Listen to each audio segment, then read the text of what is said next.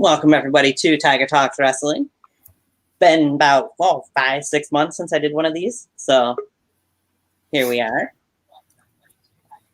I am your host Tony, and I am joined today by my co-host Mr. Awesome and our very special guest, Mr. Jason Walker. Welcome to the show. Hey, it's a pleasure to be here, Tony. Thank you for having me on after all these years, and it's nice to meet you, Mr. Awesome. Thank you. Nice to meet Jason Walker. And I think everybody here that's tuning in live has been waiting to hear from you for quite a while. Yeah, it's been a few years. I think my last actual match was in 2017, so it's been four going on 5 years. It's been an interesting time away, and yeah, that's all I got to say about that. It's been interesting. Dive into that. But let's travel back further than that, first of all. Let's go back to what first got Charles Price, Jason Walker, interested in professional wrestling in the first place, and then what got you interested in starting your own YouTube channel. So as for wrestling, I guess I was kind of late to the party. I watched a little bit when I was 5, but I didn't get into it until around 2003. My first match that I watched was Brock Lesnar versus Rey Mysterio, and I was in a hotel room in Atlantic City when I watched that. And I asked my grandfather, I'm like, why are these guys beating each other up? And he's like, oh, it's just one of those shows. And I'm like, well, that's kind of cool. But other than that, I watched it a few times and I didn't really get into it. But what really got me into wrestling was in 2007 with the return of Chris Jericho with his whole break the code thing, his whole Blue Matrix thing that happened. And that's what really got me into it. I saw all the hype promo videos for his return, and I hadn't watched wrestling in a long time. So I'm like, I'll sit down, I'll watch it. And it was the night that Chris Jericho returned. So I'm like, okay, this is pretty cool, because back then they had all the pyrotechnics and they had the cool looking Raw stage, and they don't have either of those anymore. So, no, unfortunately not. Yeah, so that's kind of that's what got me into wrestling, just the start there. As for making a YouTube channel, I did some stuff in 2007, which is the first few matches on the channel. I did a few matches, and we called it ACBTW. It was Aaron and Charles's Backyard Trampoline Wrestling. Back then, YouTube was kind of new. YouTube came out in 2006, so 2007 we started doing stuff. But I didn't upload it till 2010, so it was just sitting on my old computer for a long time. And Aaron wasn't too much into backyard wrestling or just professional wrestling in general, so we kind of dropped it until 2010, and that's when I met Corey Graves, or he's just going by Graves now. There was a mutual friend him and I had, and I hadn't met Corey yet, so I met Corey, and him and I got to talking the one day. He's like, no, I watch wrestling. And I'm like, oh, cool, so do I. And I said to him, I'm like, hey, I got a trampoline. I think that we could probably do something. And that was it. That was just what hit me and Corey off. And so that's the early stages of what would transform into HBTW. Nice. Just that happenstance, kind of from one transition to another. It was all pretty gradual. It wasn't just a immediate deep dive into anything. Right.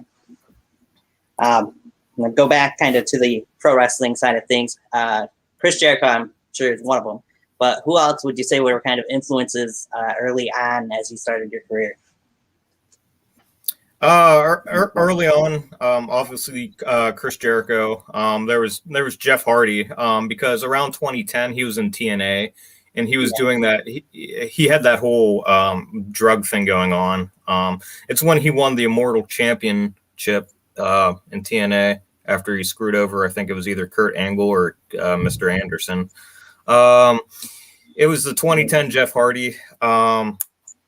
Also, Cody Rhodes. It's when Cody Rhodes broke his nose, or maybe that Cody Rhodes came about later. That was like 2012. You see, he had the CM Punk mask before that.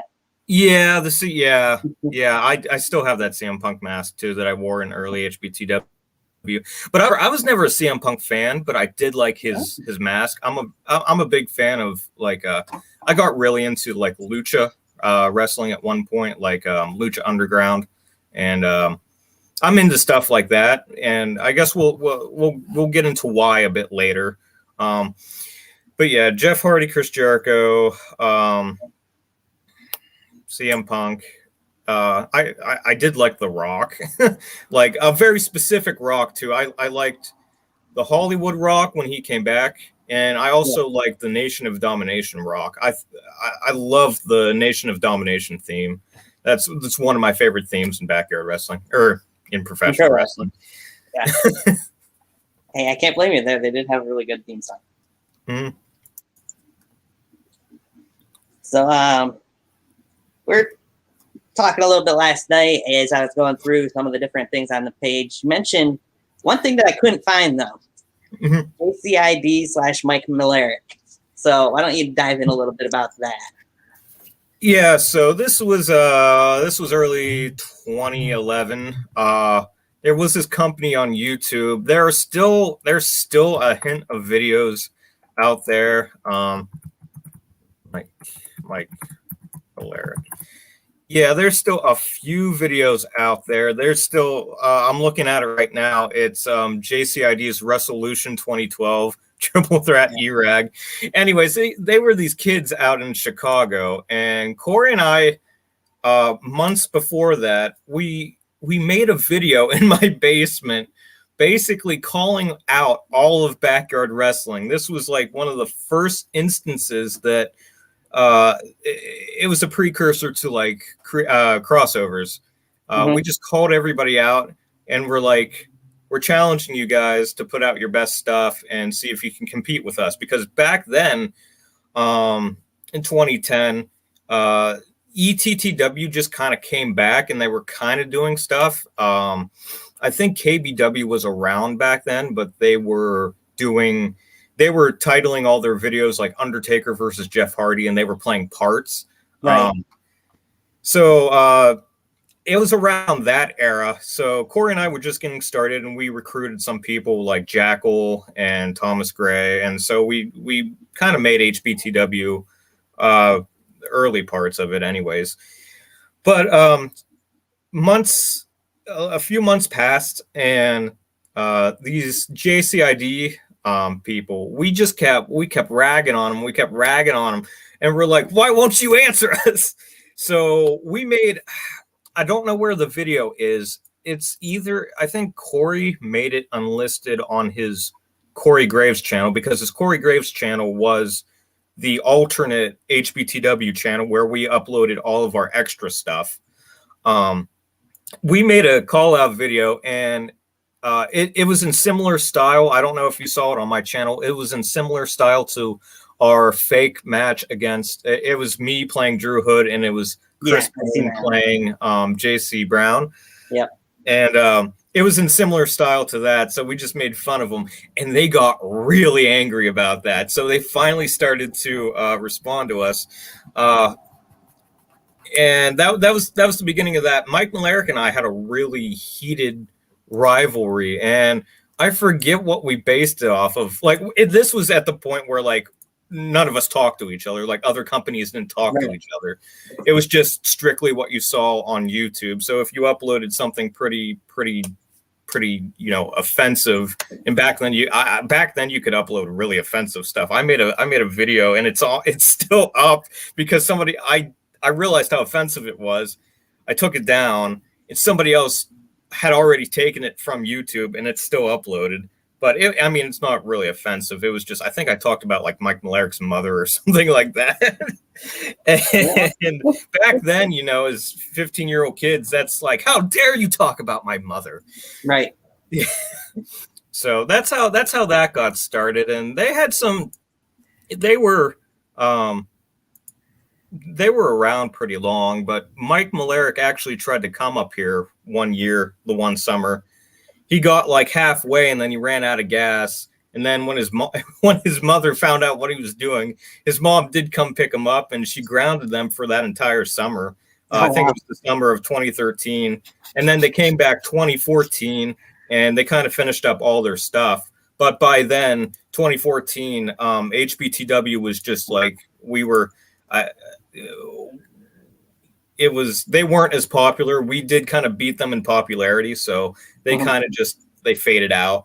And that's what most companies did between 2010 and 2014 until the introduction, or until me and Corey meeting like VTW and UWE, and later on NUW, BEW.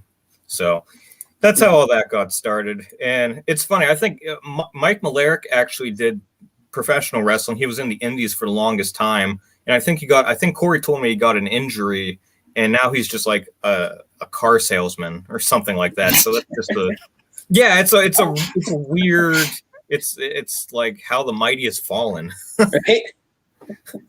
It happens. Now I'm a used car salesman. That's terrible. That's terrible. No, I think Mike Malerick's real name is Brad, and I think he's doing pretty good for himself. I know he misses wrestling, but other than that, haven't really talked to him in a long time. Right. So, as I mentioned, I was watching some of the old HBTW matches last night. Who all was technically a part of HBTW when you guys first started the company? I mean, obviously, you and Corey. The early season was just, I believe you went by Charles instead of Jason at first, and he was just Corey Stitt instead of Corey. Oh, yeah. It was just our, it was just three of us. It was just three of us. It was me and Corey, and then us two. Occasionally appears on the channel. Yeah. I was going to say, it seemed like it was mostly you two, and then a couple other guys would appear here and there until we'd see the debut of Chris Payne. Mm-hmm. Yeah, Chris came in around 2012 because he was friends with Corey, and I didn't know who he was. That's kind of the general thing around here, is that I have no idea who anybody is until like somebody else introduces me to him.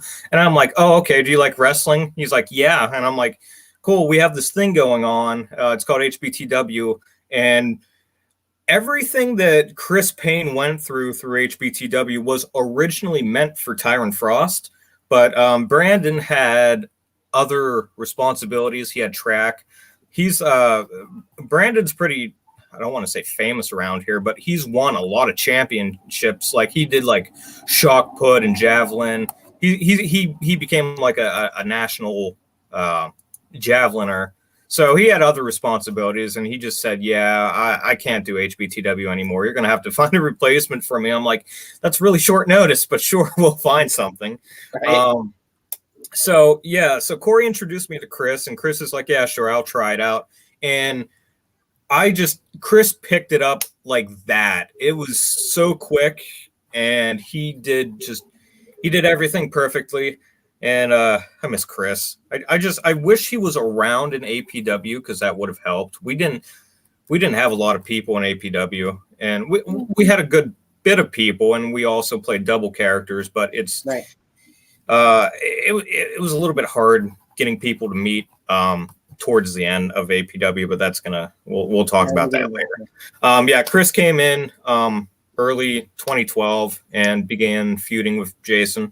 And yeah, that's that. So let's talk a little bit about title designs for a minute. The original HBTW title, you guys kind of had your own championships, I would say it kind of looked like at that point in time. We know what the APW championship would be when we get into that later, but how did you guys come about with that title? And then I also want to talk about the design of the ITW championship. Okay. Was that the purple. Was it originally purple? It was purple, yeah. Yeah, okay, it was the purple one. Original one, still. Yeah, the original. Okay, yeah, I still have those down in the basement. Yeah, the original purple one. Like I said, I was a big fan of Jeff Hardy. So what we did is we taped the straps purple and purple duct tape, and then I spray painted the gold into silver, and I kind of wanted to make it look like the Immortal Championship from TNA. Okay.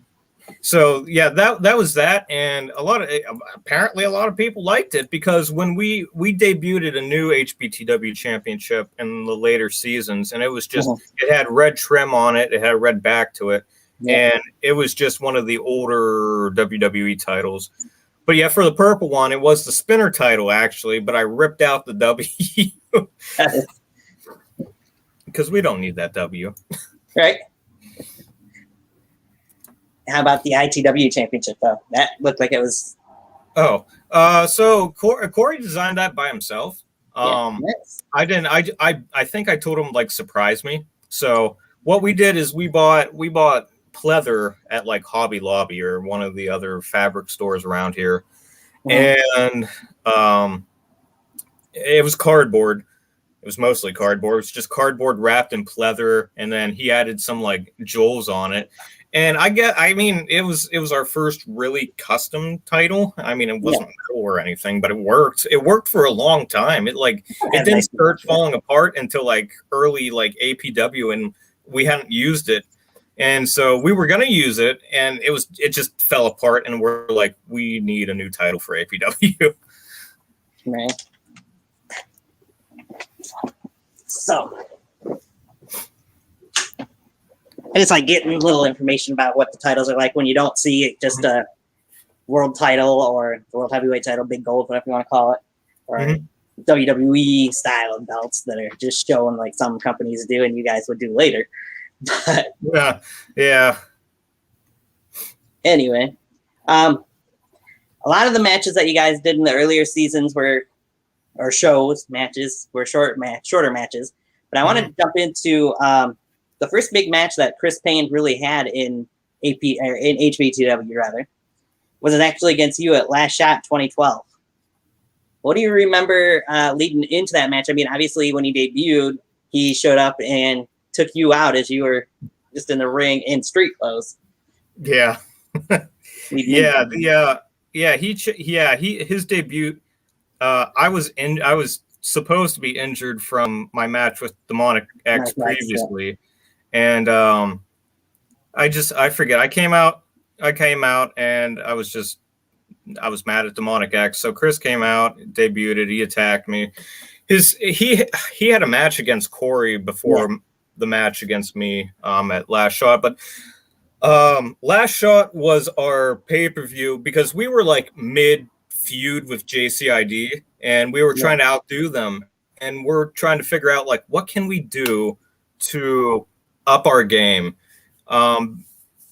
So we thought, and what JCID, they made this match. It was a really weird match. It was called an E-Rag match, and it stood for nothing. It was just E-Rag. And I'm like, okay. So we took that match and we just added a little bit of a hardcore weapon element into it, as hardcore as 15-year-olds could get. Which I shouldn't say that because they could get hardcore, but we weren't hardcore. Right. Yeah, so the Last Shot was the pay-per-view because we had like the single angle setup thing. We set our camera up on a ladder and it was just facing down at the ring. Last Shot was the point where we said, we should try what JCID was doing, and they were moving around the ring with the camcorder. And Last Shot was when I got my camcorder instead of trying to I had like a little tiny like point and shoot. It was like as big as my phone or something like that. And that's what we're using. So we got a camcorder. We moved around the ring for the angles and all that. And it worked pretty well because it either through the feud of JCID up to that point, or it was the pay-per-view itself, it boosted our popularity. And right around Last Shot is when the channel hit 1,000 subscriptions. So that's when I'm like, wow, yeah, because we were seeing it like maybe 600 or 700, and we shot up like 300 subscription. So I'm like, yeah, we and they had like 2,000. JCID had like 2,000 at that point. So we were catching up at that point, and it was all just a subscription game at that point. Whoever had the most subscriptions won. So we ended up beating them out. So okay, there you go. But talk a little bit about the match that you had with Chris. Interesting that you guys put the title on one of the trampoline poles and have to climb outside the trampoline without hitting the floor to get to it to win the match. That's so complicated. Why is that so complicated? It sounds like it, right? But 15-year-old edginess, that's what it is. That's perfect. Yeah, 15-year-old edginess. The floor is lava. Yeah. Well, one spot in the match I do want to mention, he brought in a board of sorts and smashed you over the face with it. I don't know if you had something to make it look like you were bleeding or if that was real blood from that shot, but no, that was so. If you hadn't noticed on the channel through the 2 generations of backyard wrestling, we actually didn't bleed at all. Mostly because I'm not gonna lie, I'm afraid of sharp things. So I was never gonna blade or do anything like that. But no, we always had these really terrible tasting capsules of blood. And it was like powder too. It was powder. It looked like a pill. And I never there was 2 points that I'll never forget when taking those stupid things. It was the one during the match with Chris. It was my first time putting one of those in my mouth, and I'm like, this tastes terrible. And then the second time where I just said, you know what, I'm not doing it anymore. It was in a match against Thomas Gray at some point. I put it in my mouth, and it was just the worst. It tasted like cough medicine. And I'm like, okay, I'm done with the blood capsules. If you're going to make me bleed, you're going to have to hit me really hard. Nice. It did make a nice image in the match, I thought. But like I said, I wasn't sure whether it was real blood or not. Just No, there was not from me. There was no real blood from me. Corey, later on in APW, he bladed a few times. So you lost the ITW title anyways in the end of that match to Chris Payne, who, as the 2 of you fought on the outside of the ring, he got the better of you, knocked you off the trampoline, and picked up the win. Hey, we got our first comment in the second comment in the comment section. Sup, Marks from Alan Reed from NUW. Oh, okay. I haven't. There's a lot of people from NUW I haven't met yet. So, hi.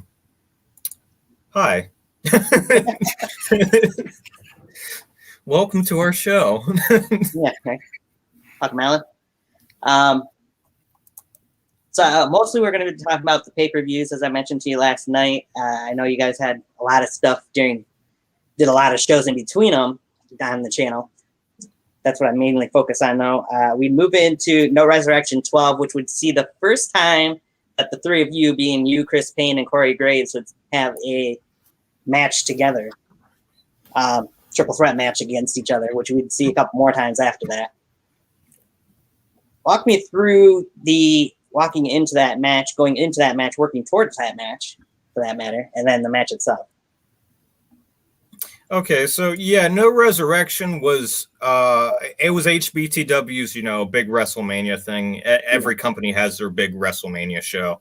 At least back then they did. But yeah, so I even forget how we thought of the name. It was just more 15-year-old edginess, and I was definitely that, trying to be edgy back then.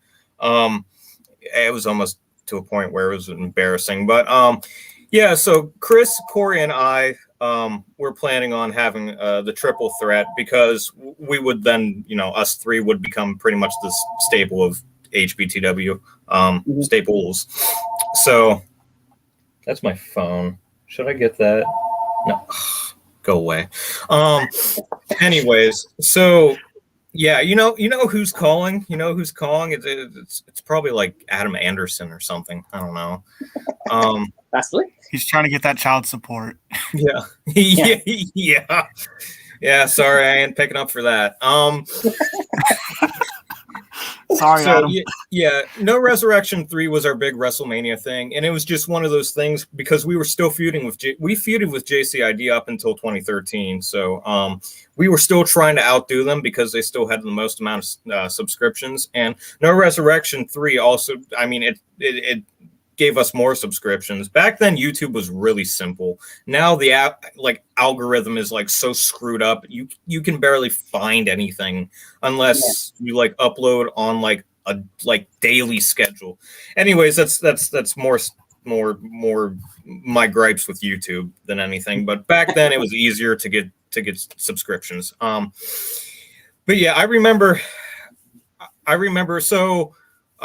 We kind of planned out a lot of the matches in HBTW. APW is when we did stuff more in the traditional sense, but we were always just trying to think of spots that were pretty cool. And I think the ending spot of No Resurrection of the match with me, Corey, and Chris, where I gave the Angel's Wings on to Corey, and then it ended up Chris getting the win because he was on top of Corey. I think that was pretty unique because that just means that Jason was not paying attention at all, and he just kind of wanted to hurt people. You know, a 15-year-old edginess. You know, I just installed a emo lawn, and it cuts itself. So, yeah, that was definitely a finish that you wouldn't normally see. Yeah, but I thought we all thought it was unique and it worked. So I'm not going to complain about that. He gave Chris his first title reign. Yeah. I always end up giving Chris the win. I was going to say there were a few points early on where I always gave Chris the win, but it was always because of like Jason's ignorance. it was nice character development. It means Jason just didn't know what was going on at the moment. He's like, yeah. Was a pretty good triple threat match. First time, like I said, that we'd see the three of you together in a match. We'll move on.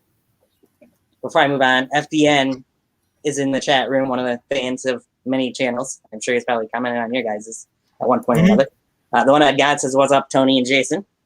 Yep. Hello. Thank you for the continued support. So, wow. Okay. Yeah. It's a sport. Yeah. All right. We'll move on to Call Down 2013, which was, as you mentioned, you had a little feud with JCID. Well, this started the feud with a certain individual in CCW.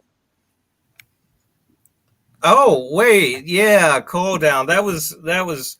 I forget when Drew came around. Drew came around 2013, early. I forget when Call Down was, but this was at the point where, I think, I forget how I got into contact with Drew. It was either once again through Corey, or I think Drew just started commenting on our stuff because Drew made a video calling out Mike Malerick as well because he saw, Drew always tried to be me, and that was just a common thing early on. So, but now he's too good for everybody. So, anyways, yeah. So there was a guy. His name was Garrison Lane. He was a manager in one of the old companies that we were feuding with, other than JCID. And his feud disbanded, and he was just kind of left there. So he's like, "Hey, my cousin or some other made some music, and it's a song called Call Down." So the theme of the pay-per-view is Call Down, and it's called Call Down. And I called down Drew, and it was just a bunch of call things. Yeah. Yeah. So what was Call Down again? What match was that? Was that me? Yeah, go ahead. I'm trying to walk through what that was because I'm trying to remember without looking it up. It was you, Corey, Chris, and Jackal. Me, Corey, Chris, and Jackal. Was it a fatal four-way or was it a? Was it wait? Was that the elimination? Was it elimination? It was weird how you guys subscribed it, but pretty much it ended up being an elimination match because at the end, Jackal ended up pinning, who was it? You. I do, yeah, at the end. After you had pinned Chris. After I had pinned Chris. Oh, so Call Down's that's when me and Chris disbanded the Wreck then. Yeah. Okay. There was one match where it was me, Jackal, Chris, and Corey. It was a tag team one. I forget what match that was, but like my leg cramped up and it screwed up the entire ending of the match. So I think that's why we redid it at Call Down. Gotcha. Seeing the promo leading into the match and then the match itself seemed like it was a little bit of a mess at times. To see Corey, I believe, towards the end of the match, kind of took out everybody and then walked out of the match. Like, you know what? It's always a good time to He's look about to stuff cheat. Yeah. He's about to be like, HBTW Call Down. Could have been that he got eliminated. Okay, that's the aftermath. Trampoline. Oh, that was 18 minutes. Oh, that's pretty. Okay, yeah. So there was yada yada yada. Okay. Chris he came back out afterwards to congratulate for being undisputed champion. Yeah, it was a fatal 4-way elimination. That's right. Because at the end I did turn on Chris. Once again, Jason's ignorance is always what does him out. Jason, Jason's always, he's got to be smarter. He's got to be smarter than this. Yeah, because I pinned Chris and then Jackal rolled me up. Okay. Seemed like the comments on the video, a lot of people were happy to see Jackal win the title anyway. Yeah, people like Jackal for whatever reason. I mean, he was our flippy guy back then. There was not too many flippy people. So he was yeah. Looking back at it, it's weird how like the body types have changed because I mean I'm still short, small one, but I'm bulkier now. Corey always used to be the big man, and now Corey's Corey. He's not the big guy anymore. There are bigger people than Corey. And if you would have told me that back in like 2012, 2013, that there were people bigger than Corey, I would have been like, no, Corey's the biggest guy that we got. And then you have people like Big Time Mike and Dirty the Chico. And I'm just like, I'm scared of Dirty. Dirty. Yeah. So Call Down, yeah, that was the disbanding of the Wreck, which I forget how we got that name. I think it was because Chris made a joke, and it was something about it was when the kids used to say like check yourself before you wreck yourself, and Chris is like that would be a good name for our team, and I'm like wreck yourself, and he's like no, the Wreck, and I'm like so we wreck people up. He's like yeah, man. And so that's how we got the name the Wreck. And I kind of jumped over Resign War. That's where technically the Wreck was formed. So yeah. Oh, Resign War. Yeah. That one's a blur to me. You didn't actually wrestle, but you came out and helped Chris beat Corey to win the title, the TTW Championship. Oh, that's right. Right, I had the black shorts and I had the vest on. Okay, yeah. I remember that. You see, I don't remember matches by what happens in them. I remember matches by what I was wearing. That's it. Nice. All right, before I move on to the next part, Navon McDonald popping in for a minute. What's happening, players? It's McDonald, baby. Popping in to show my support while at work. You know, I've known Charles Jason Walker since Biddy 2. Looking forward to debuting in Altoona and being part of NFW. Yeah, hey, Navon. I hope people are watching, but glad to hear from you. Yeah, we're all excited for NFW. We'll probably get into NFW in the later stages of this live stream, but we had a little bit of a scheduling hiccup, but everything's kind of flattened out now. We got an idea of when we're going to meet next. We did meet at one point, but it wasn't too much. So, but yeah, we'll get into that later. Yeah, it's going to be amazing, Navon. I'm very excited to have you on. You're a good friend. I miss you. So, all right. So after Call Down, we go into the build to and the match at No Resurrection 2.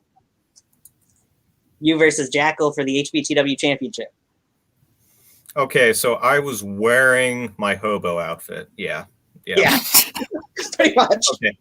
So yeah, that was an interesting gimmick that I decided to do. I forget when it was. Once again, it was motorcycle. I don't know if you can hear that, just a bunch of motorcycles. But yeah, so my gimmicks in HBTW were very like dramatic.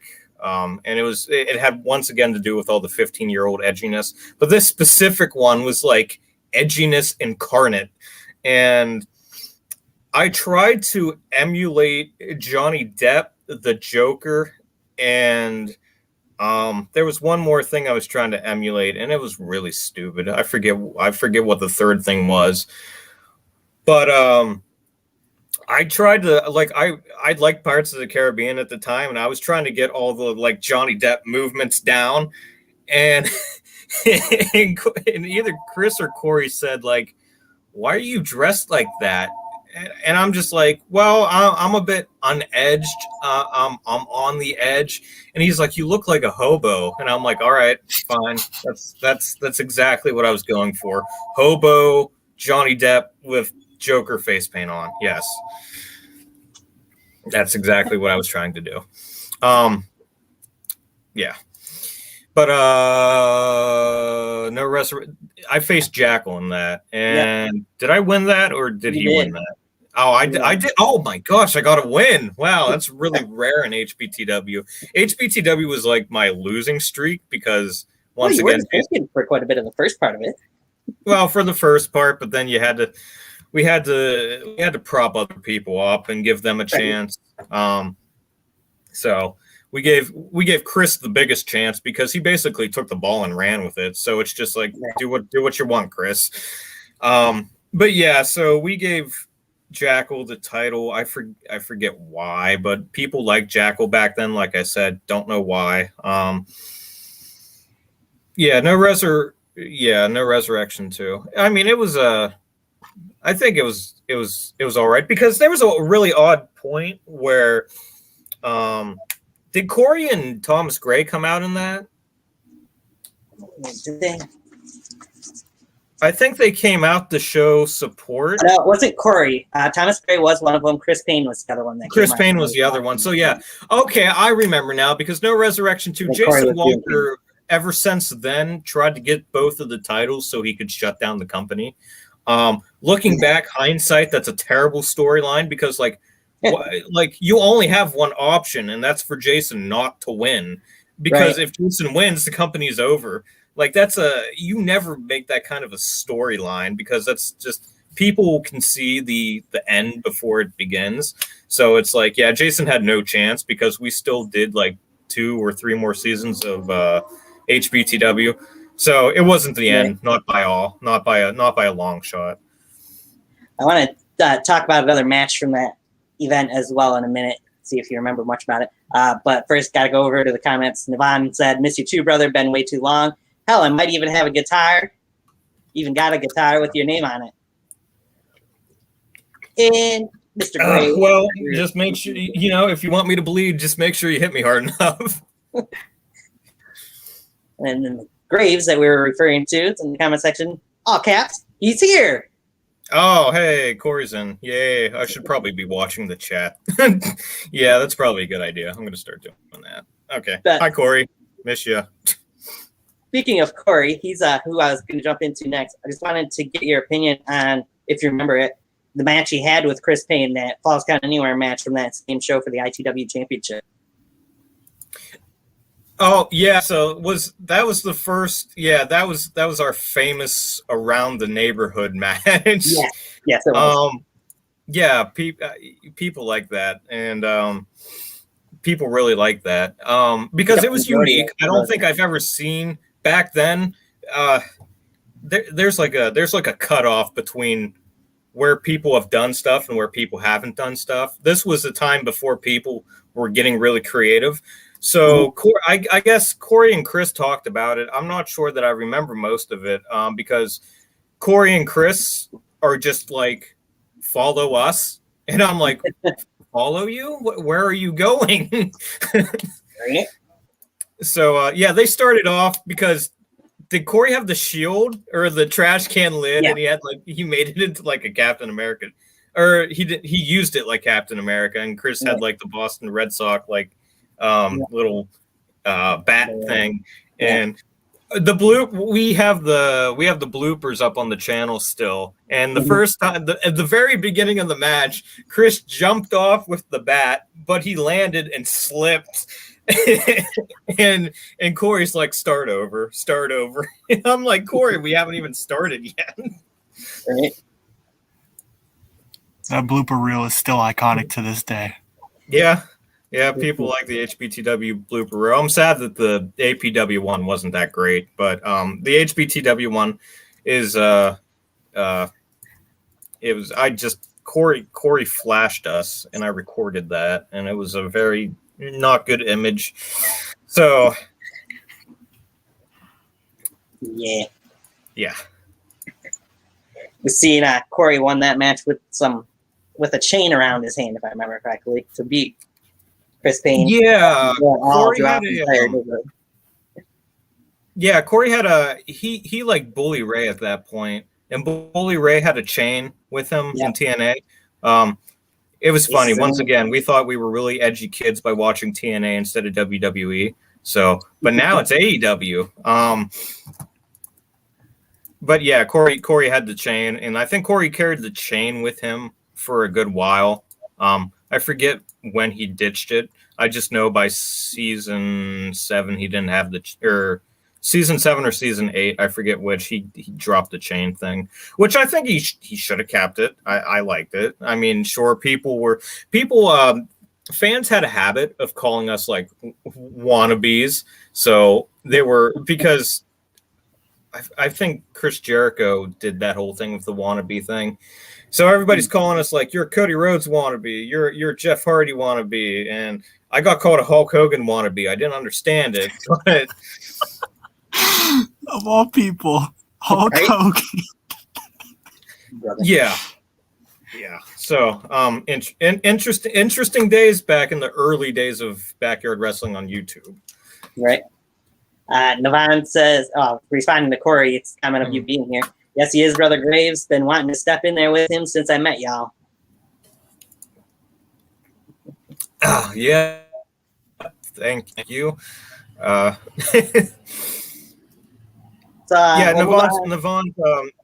Okay. If you want to move on, we'll get into Navon later. Yeah, we'll talk more about Navon later. That'll be a topic. Move on to another interesting match that you had at Doomsday 2013. 2-on-1 handicap match. You defended the HBTW Championship against Chris Payne, and I believe at the time he was the ITW champion, Corey Graves. Okay. Was that the one that I came out with the leather vest, or not the vest, or did I have glasses on? Let me double check. Doomsday. I think because I had the black wife beater on. Yeah.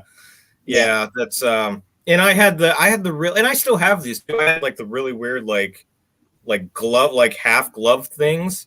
I still have those, but I think they're too small on me now. Anyways, yeah, I remember that.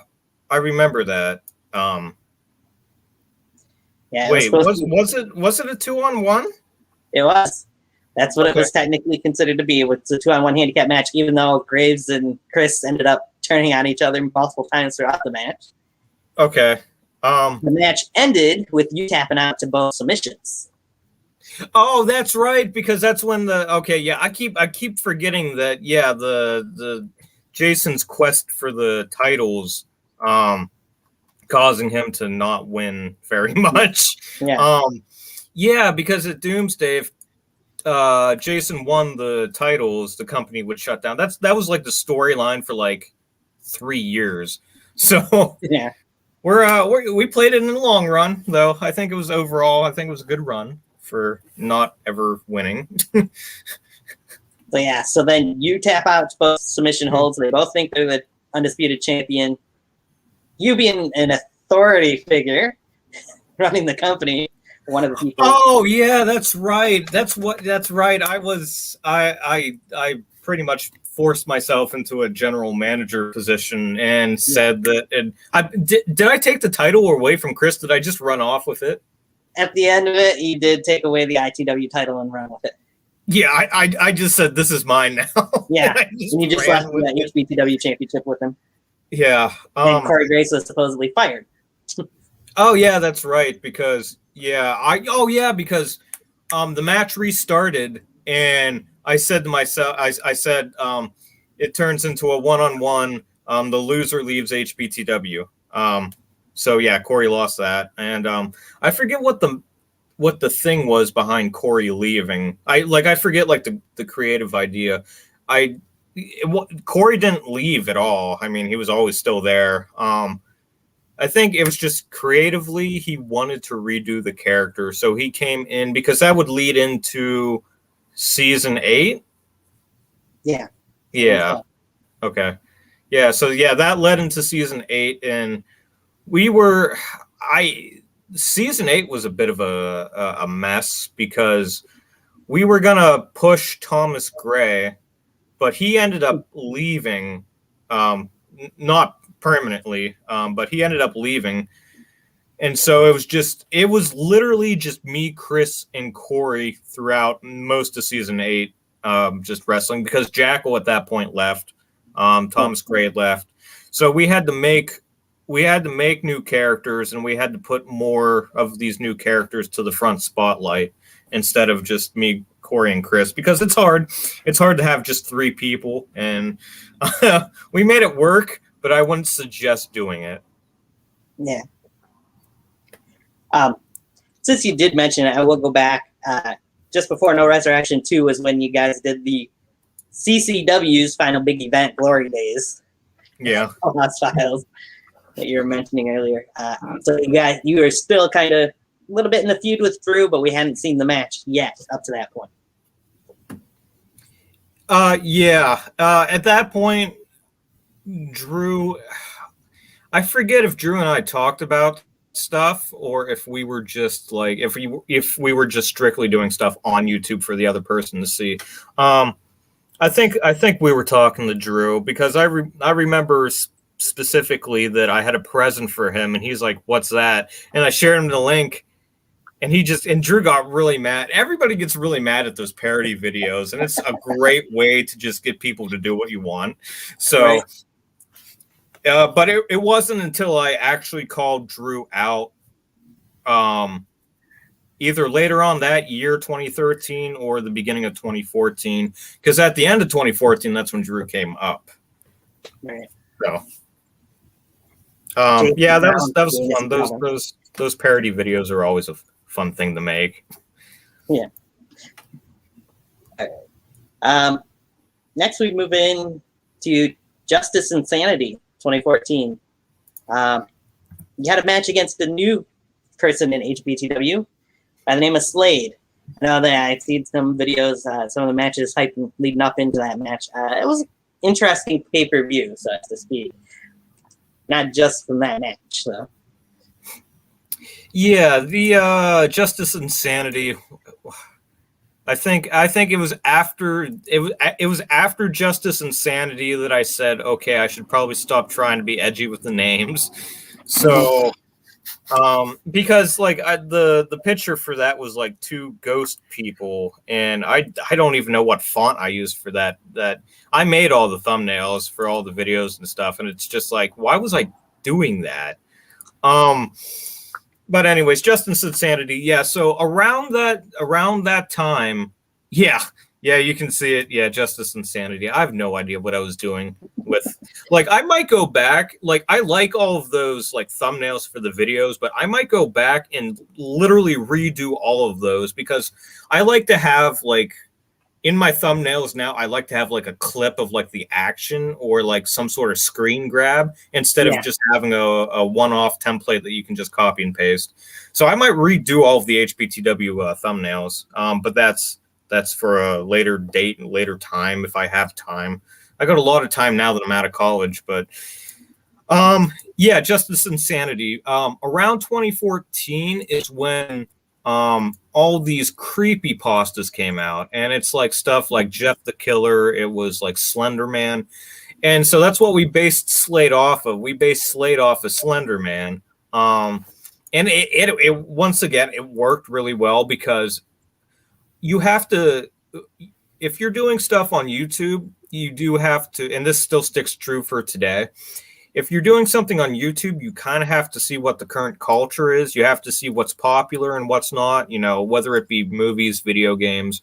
And if you want to bring something in, you got to bring something in from the culture that people will recognize and that people will be like, hey, I know that. That's cool. So back then it was Slender Man. It was all those creepypastas about those scary stories and all that. So Slade worked out. And then I tried to bring him back in APW, and that didn't work. So we'll just forget that he was in APW. That's kind of the consensus that we all have, is that we just forget that he was in APW, and we might bring him back at some point so we can do him justice. But that's a NFW topic. So right. You did defeat him to retain the ITW title, but after the match, he got the better of you and laid you out. So there was that. Yeah, I liked his. I made his finisher. It was the arm twist, and you held it, and then you did like the clothesline to the back. I made that, and I was really proud of that because I still think that's a really unique finisher. Right. Well, mentioned between season 7 and season 8, you guys went good 6 months or so without any uploads from that point, because we went from October till about April between uploads. Yeah. Well, the winters here are harsh, so we don't. I would imagine. I know how they are here in Michigan. So we don't do stuff in the winter. We tried in APW. We tried to do stuff in the winter, and it didn't work out. I don't have that footage. Maybe Corey has it on the other channel, his channel now. Corey that's an APW thing. We'll get to that. I keep saying that because a lot of my better stuff is like in APW, and I think my best stuff's going to be in NFW, which I know I'm not really confirmed for NFW, but surprise. I don't think anybody's too surprised, but okay. Yeah, probably not. I think Corey knows a thing or two. I mean, just based off that last video. I know a thing or two. Yeah. We'll get to that. I do want to talk about NFW later because NFW is my baby. Right. So let's kind of wrap up HBTW though, because the next show would be the last show for HBTW. No Resurrection 3. So I got to ask a lot of things about this. It was the final triple threat match between you, Chris Payne, and Corey Graves. It was supposed to be Chris's last match. We'd see him a little bit in APW, not much, but as he was heading away. What do you remember leading into that triple threat match? And obviously, as we got to the match, you guys you posted the Resurrection 3, but you don't have an ending to it because the fans get to choose which version of the ending they want from it. Yeah, so the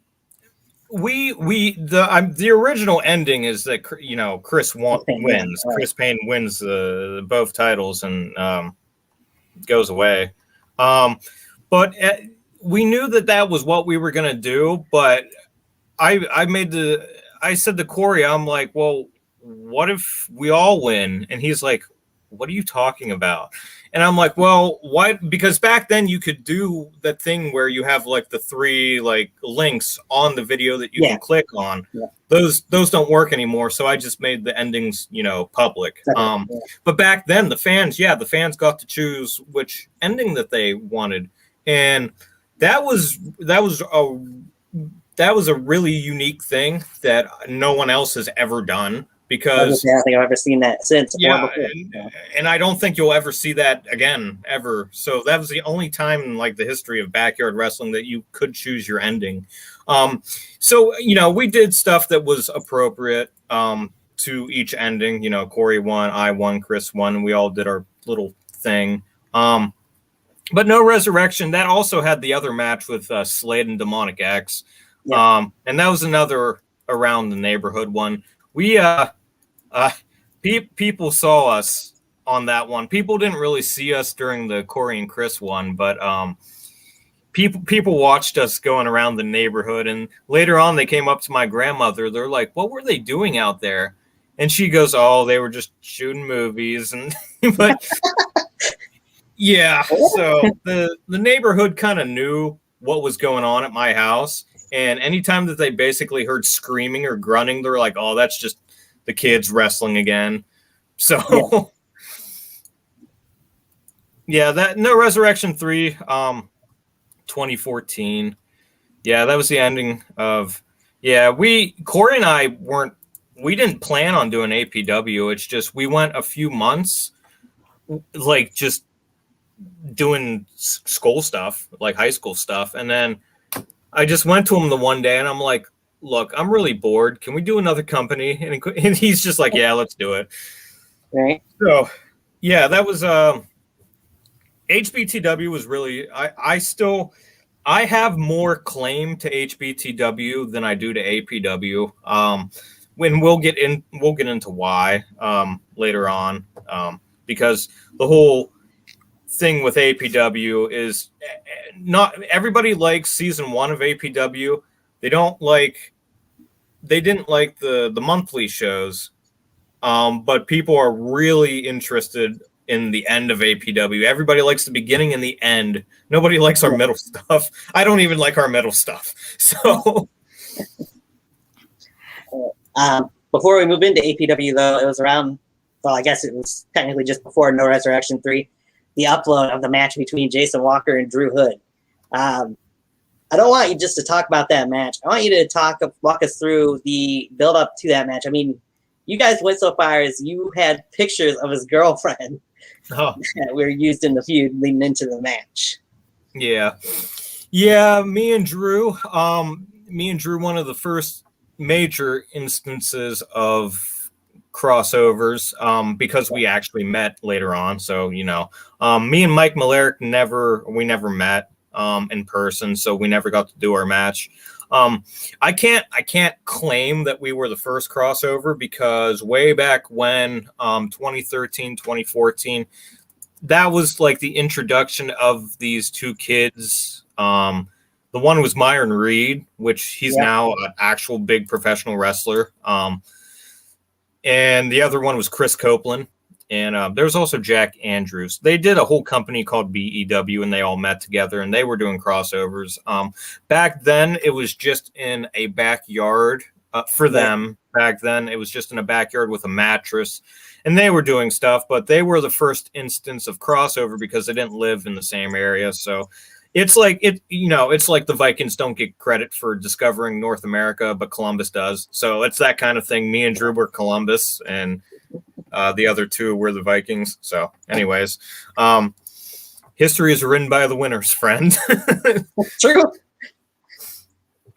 So, the build up for it, it's just, I think Drew was losing interest because we just weren't meeting. So I said, "Okay, Drew, I got a video for you." And Drew's like, "What did you do?" And I'm like, "Oh, you'll see." So I made the video about his girlfriend, and it set Drew off. Drew made plans to come up here, and that was it. Because he kept trying. It's like it was the reverse thing that happened with JCID. It was, I was calling out JCID back then, and they weren't answering me. Drew was calling me out in 2014, 2013, and I wasn't answering him. So I finally responded to Drew with that video, and Drew's like, yeah, let's go. So Drew came up around August, and he stayed at my house. And I mean, it was a fun time, because it was a cool moment where, like, you're meeting another backyard wrestler from another state, and it's like, you didn't think that you would ever get to that point where you were meeting other people from different states doing the same hobby as you. Right. You had, YouTube channel, they had CCW, we had HBTW.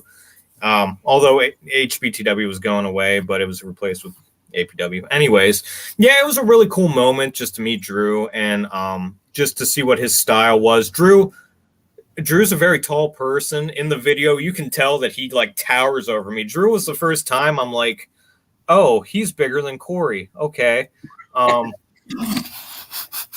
Yeah. So that it was cool meeting Drew. Yeah. And the match itself, it was pretty cool. It was a lot it was more HBTW style than CCW style. We planned out a good bit of stuff. And we kind of rehearsed it a little bit. We tried to do some freeform stuff, but we mostly just stuck to kind of the HBTW way of doing things. And it worked. It's a popular video. People like it. It was one of the first instances of major characters in the crossover scene. So overall, yeah, it was a good piece of history that's now should be remembered. A good piece of history that should be remembered because it was the first of Jason Walker's crossover streak, which we'll dive more into. Yeah. I don't want to talk about the streak, really. I have a very sour taste from the streak. Yeah, I bet you do, which we'll get into. Yeah. Anyway. So, want to mention, through HBTW, you guys played music during the matches. Didn't really have commentary for any of the shows back then.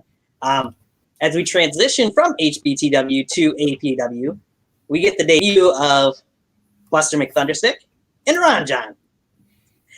What went into the decision of those names, for one, and to have those guys be the voices, so as to speak, of APW?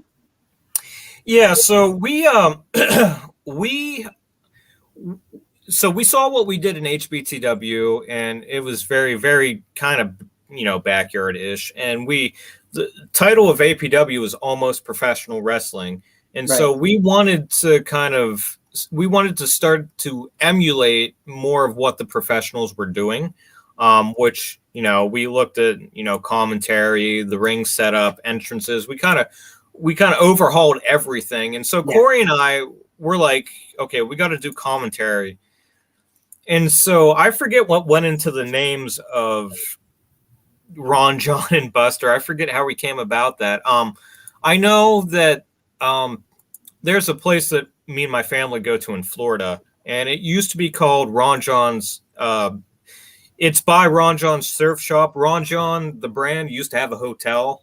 The hotel recently got bought out by, I think, like Marriott or something like that. So the Ron John name is gone from the hotel. But back then it used to be called, the Ron John Hotel. And it was just filled with all this surf stuff because the Ron John brand is surfing stuff. So that's how I wanted to be a tropical beach guy for my commentary person. And I had a cowboy hat that I got in Texas, and I also had this really big, oversized, like bear coat or something that I bought at Salvation Army because I buy a lot of stuff from Salvation Army, and I'm like, oh, I'll wear this, and then I end up not wearing it.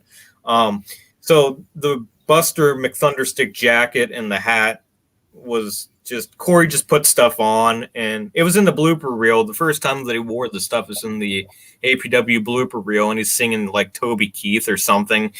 And I'm like, yeah, stick with that. But he didn't do a Southern accent, so it didn't matter. Right. So, and I didn't do too much of a beach bum stuff, and Ron John just ended up being the pushover. So, but yeah, it was the voices because one of the reasons why we decided to do commentary was because we saw what UWE was doing, because 2014 introduced us to Drew, VTW, and UWE, and we saw we saw UWE first because Cameron was the one. And once again, I met Cameron through Corey. I meet everybody through Corey in backyard wrestling. So I met Cam through Corey, and then Cam's like, watch our stuff. And, I'm just like, oh, it's going to be another crappy backyard wrestling video. But no, UWE was pretty legit. And I'm like, yeah, I'm like, oh, they have commentary. Corey, should we do commentary? So, yeah, thanks to UWE is the reason why APW has commentary. But I think we were going to do commentary. Yeah, thanks to DALE. And Jack Thomas. Yeah, and Jack Thomas. Yeah, they were what inspired us. I think, like I was about to say, we were going to do commentary either way, but seeing what UWE was doing pushed us to make our own commentary characters, because I don't think we were going to have really any character to our commentary. So, but thanks to UWE, have to give them credit where credit is due. They pushed us in that direction, and I'm thankful for that. Right. So once APW debuts, we not only have the commentary, we see a little different version of the ring, as you guys didn't have the mesh around the trampoline anymore. You guys kind of made it a little bit different looking of a ring to it, adding some ropes, which we'd see off and on change throughout the season.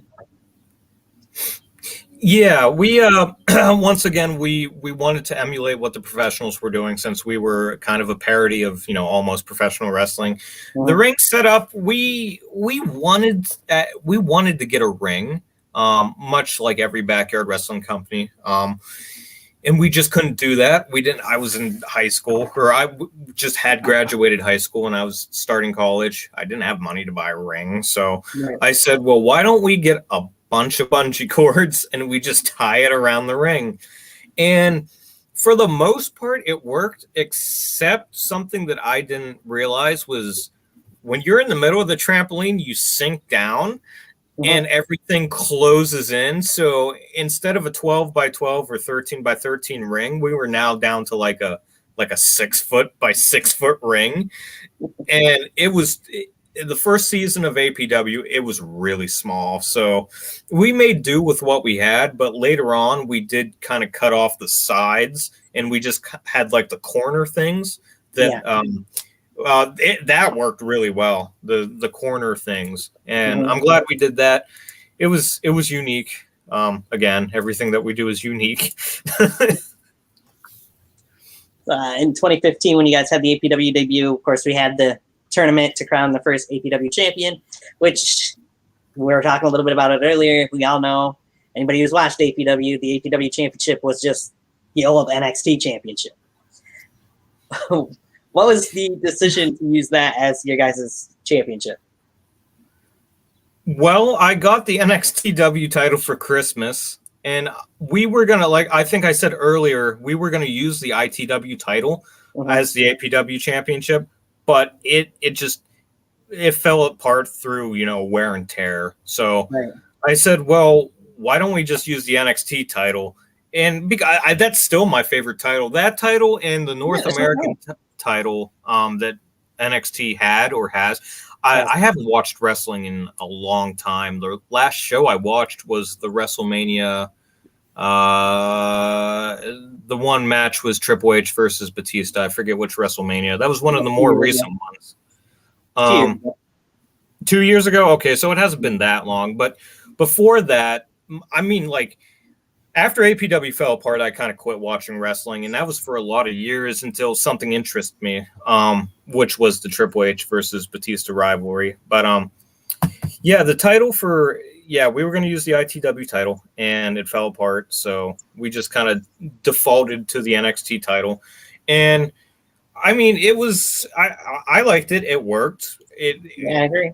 Yeah, it was big. And yeah, the tournament was a good idea.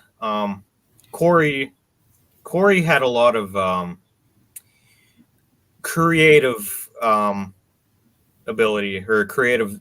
Corey was in charge of more of the creative decisions in APW, which is one of the reasons why I have more claim to HBTW than I do APW. If anybody refers to me as APW's Jason Walker, I normally say no, HBTW's Jason Walker. And now with the introduction of NFW, I'm completely claiming NFW.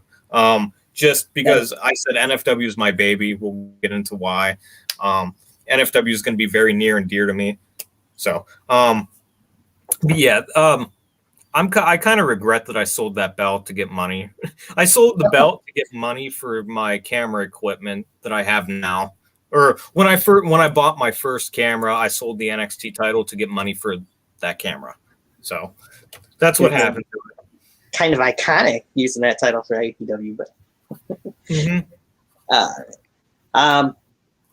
that tournament we would see the debut of a few different guys. I do believe the biggest name would be the guy who would win the tournament, Shavardicus Jackson. What brought you guys to Shavardicus and bringing him into the company? Okay, so once again, I met Shavar through Corey, and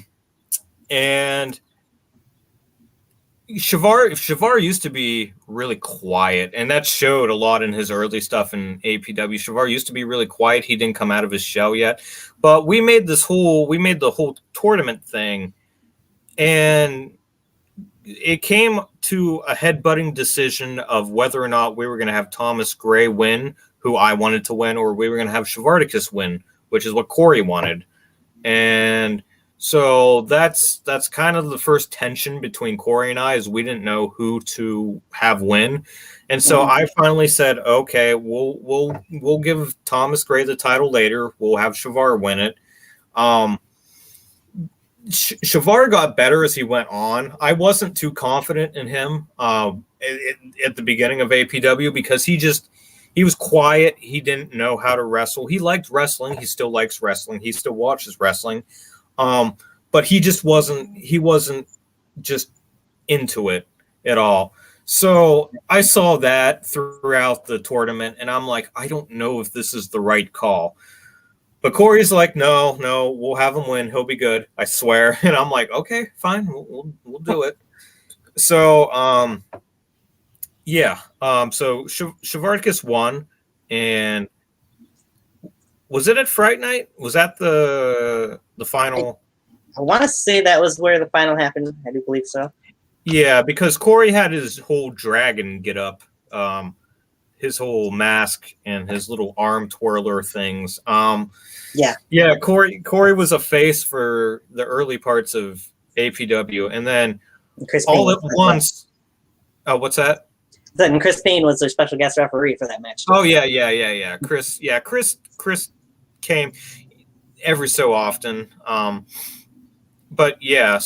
Corey was face for the longest time, and then all of a sudden he just turned heel at Fright Night, and I'm thinking like there's no build up to that. There were a few instances where Corey was heel-ish in the matches before, but for the most part he was heel or face. And when he turned heel, I'm like, that's really sudden. And I'm not sure how comfortable I was with that because we needed faces because most of the roster was heels. And I'm like, okay, fine. I'll just skim over it. It's fine. Everything's fine. Sure. Yeah, sure. We'll go with that. And Fright Night. I remember Fright Night is infamous because I made an editing error and I forgot to cut out a part of the audio because Corey and we used to sit up in where I'm at now, and we used to do the audio. The door opens behind me, and my grandmother comes up. She's like, "You guys want any food?" And I'm like, "No, Grandma, we're recording something," and that's still on the Fright Night audio. And I'm just like, I can't go and delete it because it would delete a chunk of the video. So, right, yeah, that's fun. That's always fun to rewatch your mistakes. Well, also on Fright Night, you had your first encounter with Anarchy, which was supposed to be a match, but didn't really turn out to be a match at that show. Oh, you know what? Yeah, that's right. Because I was making promos and vignettes about Jason's return, or you could. It was Jason's return. People knew it was Jason's return, but I was still trying to be mysterious. So Jason, we recorded that segment twice. Because it's in the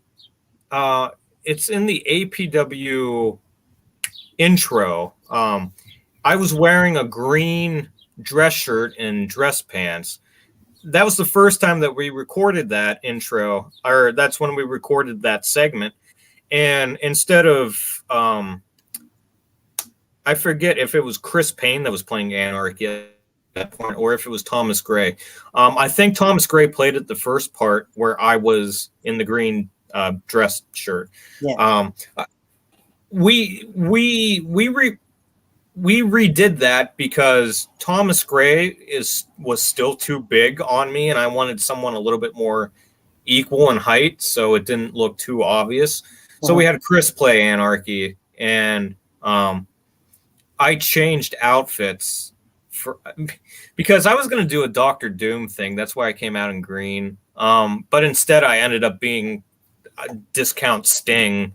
So that's what that looked like, yeah. Yeah. I that started off the whole. My gimmick in APW was Cinema Jason, and I just did like movie entrances. So that's I was the Crow. People thought I looked like Sting. So what? It's fine. Everything's fine. That's the motto of APW: is everything's fine. Everything's fine. Everything is fine because Just Doug. That's why. Yeah, I was disappointed that Just Doug was not into wrestling at all. He was really good. Not really good, but he knew he had the concepts down and he had the character down. It wasn't a hard character for him to play. But it was just we needed a big because his real name is Zach, and Zach was a really big built guy. And anytime because he had a feud with MX Mystery in HBTW, and he always used to do the military press to me, and like that was all strength too. He actually picked me up, and I'm like, oh no, he can pick me up. Nice. Yeah, so Just Doug was a good character. There was a lot of characters in APW: Anarchy, Just Doug, Arkham, MX Mystery. I have a lot of regret about those characters because I know that they could have been a lot more. They could have, like, I wanted Arkham to be the new Jason, but it just, oh god, Arkham fell so hard really fast. Arkham was just, he went from such a serious competitor to just a joke. And that depresses me because I don't have the Arkham helmet anymore. I can't redo the character in NFW if I wanted to. So that's depressing what happened to Arkham. We're just going to say that he got abducted by the clown. That's right. The Abaguchi. Wow. Yeah. See, I don't have regret about that though. The Abaguchi was a good character if we could have played it off, but that was towards the end of APW, and it didn't work out. So, anyways, Everything is fine. Everything's fine. Just wait till Anonymous comes in. Everything's still fine. Everything's still fine. Moving on from Fright Night, you go into Day 0 where you have another match. Well, you have an actual match with Anarchy. Anarchist rules match where Anarchy can change the rules at any point in time during the match. And he did. From having a tables match to a Falls Count Anywhere match to a, you name it, and just about was put in there, it seemed like, for that match. Yeah, the Anarchist rules match, that's I'm not sure if that's like an actual match or if it's like, I don't know if there's already a match like that, but I called it the Anarchist rules match. Once again, I thought it was unique that the opponent could call, whatever type of match during the match and change it up. It was really a lot of anarchy because we just didn't. Nate was playing Anarchy and he didn't really know what to do, so I kept having to say change the match. He's like, to what? And I'm like, I don't know anything. Well, so I want to bring that match back too. Like, I think that now that I have a good more of a comprehensive idea of how to do it, I want to bring it back and do something with it. Yeah. I don't know how I'm going to bring it back. I don't know if I'm going to bring it back, if I'm going to be able to. But yeah, I hope that I bring it back at some point. It would be cool. Unique. Well, the worst part for Anarchy is that you won the match, but then it was around this time as well that Mr. Awesome's symbol there kind of came into play as well. The man in red. Yeah. Something about Jason Walker and APW, it's something that doesn't sit right with me, is that none of my storylines ever finished. I never got to the end of any of my storylines. And unfortunately, the man in red was supposed to go on longer than just Lips. As we all know who the man in red was, because I wanted to stretch it out more. I thought there was more development to be made, but looking back at it, I'm gonna have to like cut it off at the match with Lips because there was no reason for us to continue that. But anyways, yeah. So I won the match with Anarchy, and I think I shoved him into like a building or something, or I took him out of a building. And there was smoke. I remember that. Yeah. Anyways, so yeah, the man in red, it was supposed to be a prophecy type deal. And it was just about the fall of Jason Walker.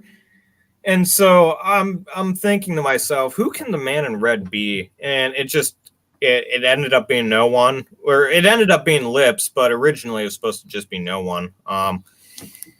So yeah, I made a few things with Lips because I wanted to work with Lips because he was doing some stuff in UWE that I liked. And so Everett came to me, he's like, "Do you want to have a match?" And I'm like, "Yeah, I want to have a match." And then everybody else is like, "Why do you want to have a match with Lips?" I'm like, "Well, he's red." And it's the title of my storyline. But it was around this time that when did me and Lips face? That was January. Okay, so yeah, it was Retro Invasion. We got a couple things before that, but okay, maybe I'm skipping ahead. I'm trying to put a timeline in my head of everything that happened, but things are just mashed together and it's confusing. We'll try and get it a little sorted out for you. Yeah. So, the man in red was just supposed to be a prophecy of the fall of Jason Walker, which it never happened. Or, well, it did happen, but not the way I wanted to because I never finished the storyline. Right. Everything's fine. Everything's fine. Yeah, that's just everything's fine. It's all fine. It's good. Actually, out of that Day Zero match, we'd have to go into Clash of the Yards. Oh, that's right. Yeah, Clash was So Clash was my pity party. Because I couldn't make it to the first Best in the Yard. And that's one of the only Best in the Yards that I actually couldn't make. I could have made all the rest, but we'll get into that. Yeah, so I was just sad that I couldn't go to the first Best in the Yard because I was in college and I had to do summer college at that point because I remember I had to do I was in a speech class where I had to give presentations and all that, so I couldn't make it. And so Corey talked to Drew and Cam, and he's like, "Hey, do you guys want to come up to PA and we can do a small get together for Jason so he doesn't feel bad?" And I'm like, "Okay, yeah, that works." And so they came up, and it had some good spots in it. I liked most of the matches because it was MX Mystery and Joe Cole. It was Anonymous. Yeah, I keep forgetting Anonymous was a thing. Yeah. Okay, so no. So here's the thing about Anonymous. Reveal. Anonymous was a great idea, and I've never said this out loud, but I'm actually entirely jealous that Corey thought of it first, because I remember I was in my bedroom when Corey released the first Anonymous video, and I'm like, I showed it to Corey. I'm like, "Look who's calling us out! It's a mysterious guy on the internet." And Corey's like, "That's me," and I'm like, "What?" He's like, "Yeah, no, that's me. I made that, and I'm gonna be doing this Anonymous thing." And I'm like, outwardly, I'm like, "Oh, okay, yeah, that's cool, that's fine." But inside, I'm like, "Why didn't I think of that first?" So, yeah, I was completely jealous because Anonymous and Arkham, I wish things would have went better in APW, because Anonymous and Arkham, if we would do that now, I can guarantee you it would be one of the best storylines in backyard wrestling, because now I got the camera equipment. Now I have the ability to make stories that actually conclude. I got a bunch of all these resources at my hands now, and I just like APW is not a thing, so it's just like, I missed out on doing it. But yeah, we did what we could with Anonymous and Arkham, but I wish we would have just taken it one step farther. I like the matches that me and Corey did with Anonymous and Arkham. But yeah, Clash in the Yards, Corey made a mistake and unmasked himself as Anonymous in not the pre-show, but before the wrestling started. Yeah. And everybody's like, Corey, why did you do that? And Cam got upset because it kind of lessened the value of Corey versus Cam. Or is that what happened? No, Corey, Cam, and Ecstatic. Yeah, because Cam was supposed to face Anonymous, and Corey unmasked himself. So Cam got upset, and I see why, because Corey had basically 2 matches, and it was a lot of Corey. So yeah, and then I had my match with Daisy, which I'm upset at the streak. Everybody's upset at the streak. I'm upset at the streak again. You killed Daisy. Yeah, I hung Daisy. How dare you? You killed damn Daisy. Yeah, I did. And it was funny because Cam and I were talking about who was going to win the match. And Cam's like, no, you just do it. And I'm like, no, I want you to win. And Cam's like, no, it's your house and all that stuff. So I said, okay, yeah, I'll take the win. And it was after my match with Daisy. That was my favorite entrance, by the way, me coming out of the cardboard box with the skeleton face paint on. That was my favorite entrance by far. And yeah, so that's where I may have had that match with Drew, but the streak really started with my match with Daisy. And if Cam ever watches this, it's his fault that the streak happened, because he had the chance to stop it before it started. So it's all Cam's fault. Noted. Always somebody could screenshot this part of the show and post it and tag Cam in it too, for that matter. Yeah. It's Cam's fault. Everything that happened was his fault. It's fine. Everything's fine. Well, unless you're Daisy. I mean, he died. No, except for Daisy. Also, except for MX Mystery. It's the second time Daisy got hung. Oh yeah. We did a lot of hangings in APW, more than I'm comfortable with, which is only 2, but that's still weird that it happened twice. Right. Yeah, we're keeping our eyes on Mr. Judgment with NFW. I know he's used this a couple times. I'm looking forward to it. Yeah. It's like that stupid Phineas and Ferb meme. It's like, if I had a quarter if I had a penny for every time that a hanging happened in APW, I'd have 2 pennies. And that's not much, but it's weird that it happened twice. Right? So, yeah, Clash was, I ended up liking Clash. I wish there was actually supposed to be a Clash too. And it was supposed to be me and Ecstatic in the main event, but it just never happened. So, ooh, that would be fun. Yeah. Once again, regret. Everything's fine. So we'll move on. Oktoberfest Hellfire was the next show. The main event saw Corey Graves, Thomas Gray, and Spartacus Jackson in a triple threat match for the APW Championship. This would be where we would see the debut of another faction. Yeah, the Eastern State Penitentiary, ESP. Yeah, that name was my choice, and Corey just went along with it, and I wish he wouldn't have. That's the only thing. Corey had so much creative control in APW, except for that specific thing. And I wish he would have said something to me. And because that's just a mouthful, and it's just we shortened it to the ESP. But yeah. So Corey and I, we planned on teaming up. I didn't know where it was gonna go, but Corey's like, trust me, and I'm like, all right, I'll trust you on it. So I interfered, and did I give Corey the win, or did I just attack Shavar after the match? I believe you helped him. Yeah, you helped him get the win. Okay, yeah, and so this starts the very complicated process of Corey's title reign, in APW, which. So, Yep. Yep.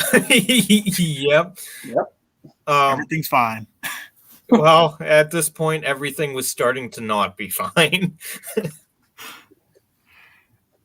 So, Oktoberfest, what else was on that? Was that the debut of the skinny kid? Let me double check. Yeah. APW, OC. Best Hellfire. Oktoberfest. And I kind of just skimmed through it. Yeah, Demonic X versus Nick Arkham. Myers went against Silencio. Demonic X versus Arkham. Okay, yes, Silencio. Yeah, that was the debut of Nick Myers, which was a friend of Shavar and Corey's. It was more Shavar's friend than it was Corey. That kid had no idea what he was doing, and Shavar was just like, trust me. That's the problem with APW, is that I had almost no creative control, and it's because I didn't want it, because I did most of HBTW and Corey did a little bit of the end of HBTW. So I liked what was at the end of HBTW season 8. But so I gave a little bit more creative control to Corey because I was in college and I was doing stuff and I didn't really want to think about all this stuff at the moment. So I said to Corey, you have control. You do what you want. That was a very bad decision. That was a very bad decision for me. So Corey and Shavar are like, trust us. He'll be fine. Turns out it wasn't fine. He was not fine. It was a mess. Nick Myers and Jonathan Power, Big Dick Powers, which was his name, Nick Myers' managers. His name's Jonathan. So it was Nick and Jonathan, and that was they tried to be like Silent Bob and Jay from that one. Yeah, from that one movie. I forget what the title of it. They were trying to do that, but it just wasn't working because they were both awkward kids and they didn't like wrestling. They didn't want anything to do with wrestling. So they were just here to hang out, and we just threw gear on them and said, go wrestle. They never learned it. It was embarrassing. It was a mistake on my part because I didn't put my foot down. And because at that point, we were once again running low on people to wrestle. And it was just me, Shavar, and Nate. It was more than we had in APW Season 8, but it was less than what we wanted. So we needed people. And we had a lot of people that wanted to come up from different companies, but they never showed up. So it's just like, oh, okay. Right. Yeah. So from there, move into November, the fall, where Graves went against Thomas Gray for the championship. You got involved in that, ended in a DQ. So you beat up Gray until the video of Lips is shown, as he's revealed as the man in red, supposedly at that point, or lady in red. Yeah, or something in red. He also defeated Shavardicus Jackson in that show. Oh, yeah, that was my first match with Shavar, and Shavar he was learning, he was getting it, but I was getting pissed that he wasn't. He has the same problem as Everett during matches. Anytime that I faced Everett as a character, or anytime that Everett faced me as a character, other than Jason and Everett, him and Shavar have the same problem, is that they don't like listen to like, hey, I want to do this spot, and then he'll do a completely different spot, and it's like, that's not what I said. So there was 2 times we had to do that match, because during the one part, Shavar, my leg cramped up again, and because I got behind him and I gave him a dragon suplex the first time. And for whatever reason, my leg just cramped up and I'm like, okay, I can't move. We're going to have to redo this.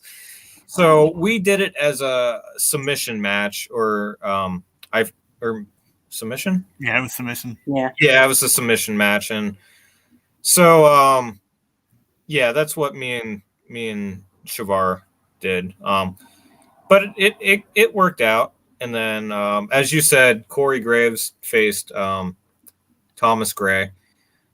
Yep. And it was at that point where I wanted to push Thomas Gray because at this point, November the Fall, we had a few months where Thomas Gray he didn't win the tournament, but he kept getting pushed up. Right. It was at a point where it was at a heading, and I'm like, okay, we need to start seriously thinking about giving Thomas Gray the title. And I'm going to call Corey out here a little bit. I hate to do this to him at this point, but I think Corey got a little bit jaded about holding the title. And Corey, throughout the next few months, just wouldn't give him the title.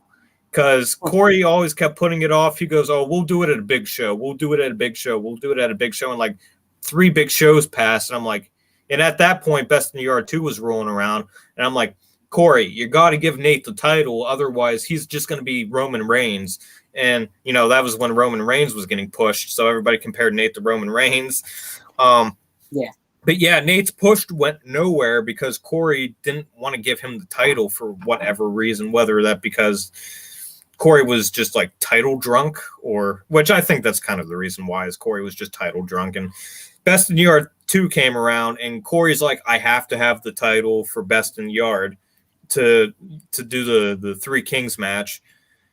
And so it was at this point where I'm starting to say, yeah, no, everything is not fine. You need to start listening. And Corey's just like, no. So at that point, he could always dropped it and won it back before Best in the Yard. But hey. Yeah, but he didn't want to do that because he thought it would lessen his title reign. And I'm just like, dude, it's just a title. We're just backyard wrestlers. Just give Nate the title, please. All right. But from there, we move on to December Absolute Zero, where we kind of seen the start of Best in the Yard 2 build. As at that show, you went against Thomas Gray, but it's what happened at the end of the show that's a little more noteworthy. You can talk about the match with Thomas Gray, which you ended up losing as well, though. Yeah, so that's also later on in APW, Jason just I won against Shavar, but that's only because he pissed me off. But for the most, Shavar just had a thing, and it's just like you're gonna lose until you let me win or something like that. It was funny. Me and Shavar had a nice back and forth, but like towards the end of APW, Shavar got really like good, and I'm just once again regret everything's not fine.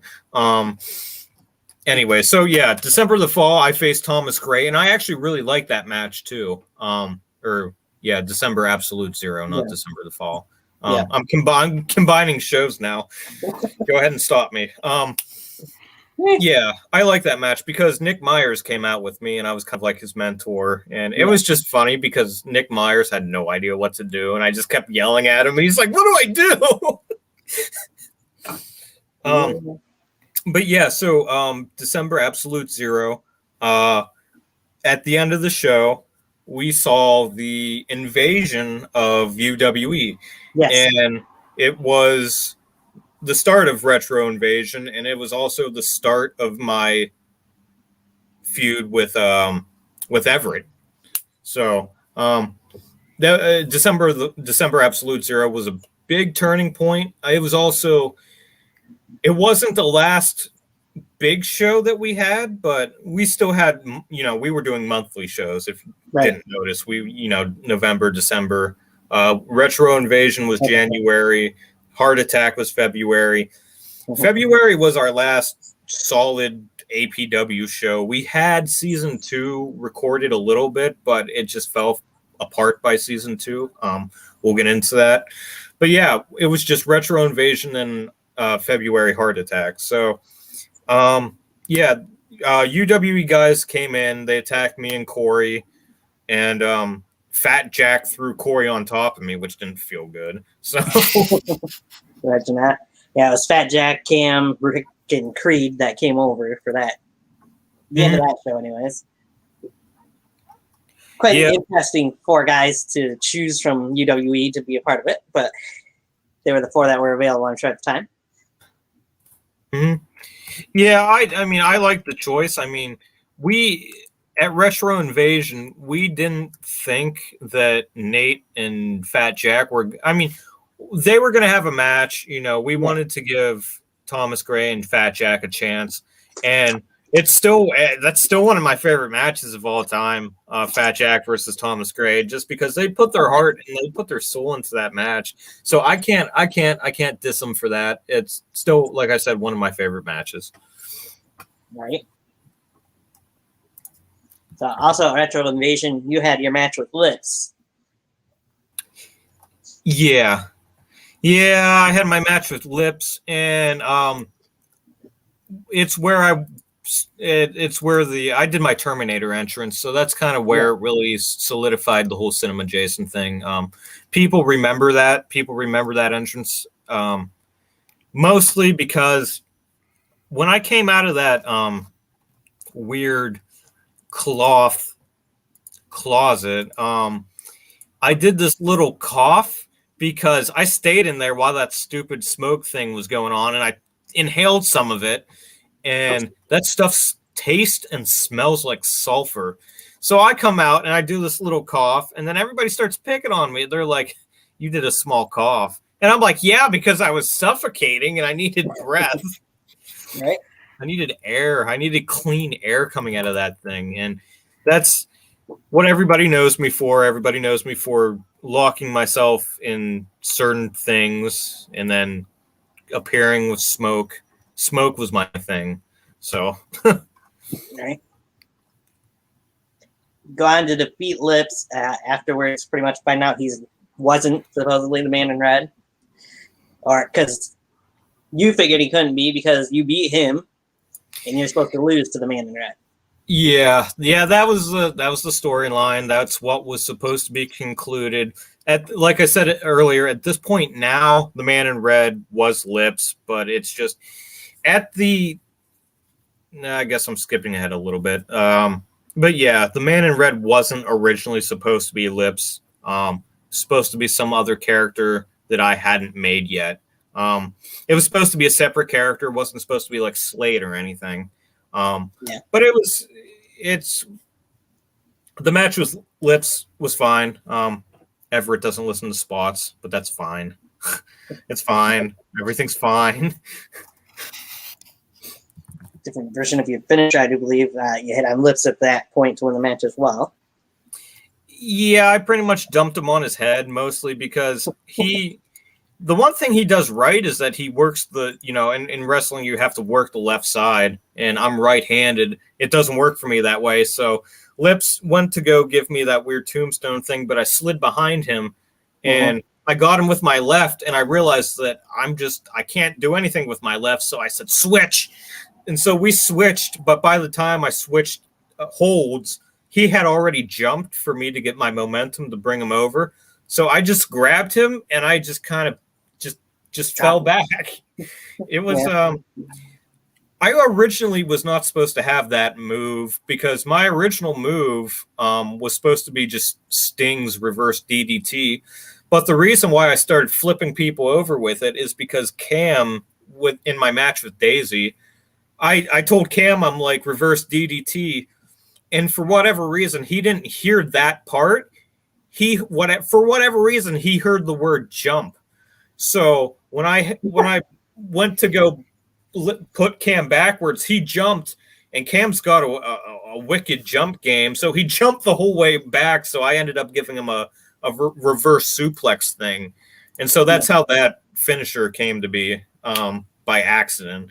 And people never like to take that because they never like to land on their head. And I'm like, you'll be safe. Don't worry. And it ended up never being safe. So they should have worried which is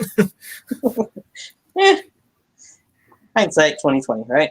yeah. Which also my second finisher that I debuted at Best of DR 2 was even more dangerous, and no one wanted to take that either.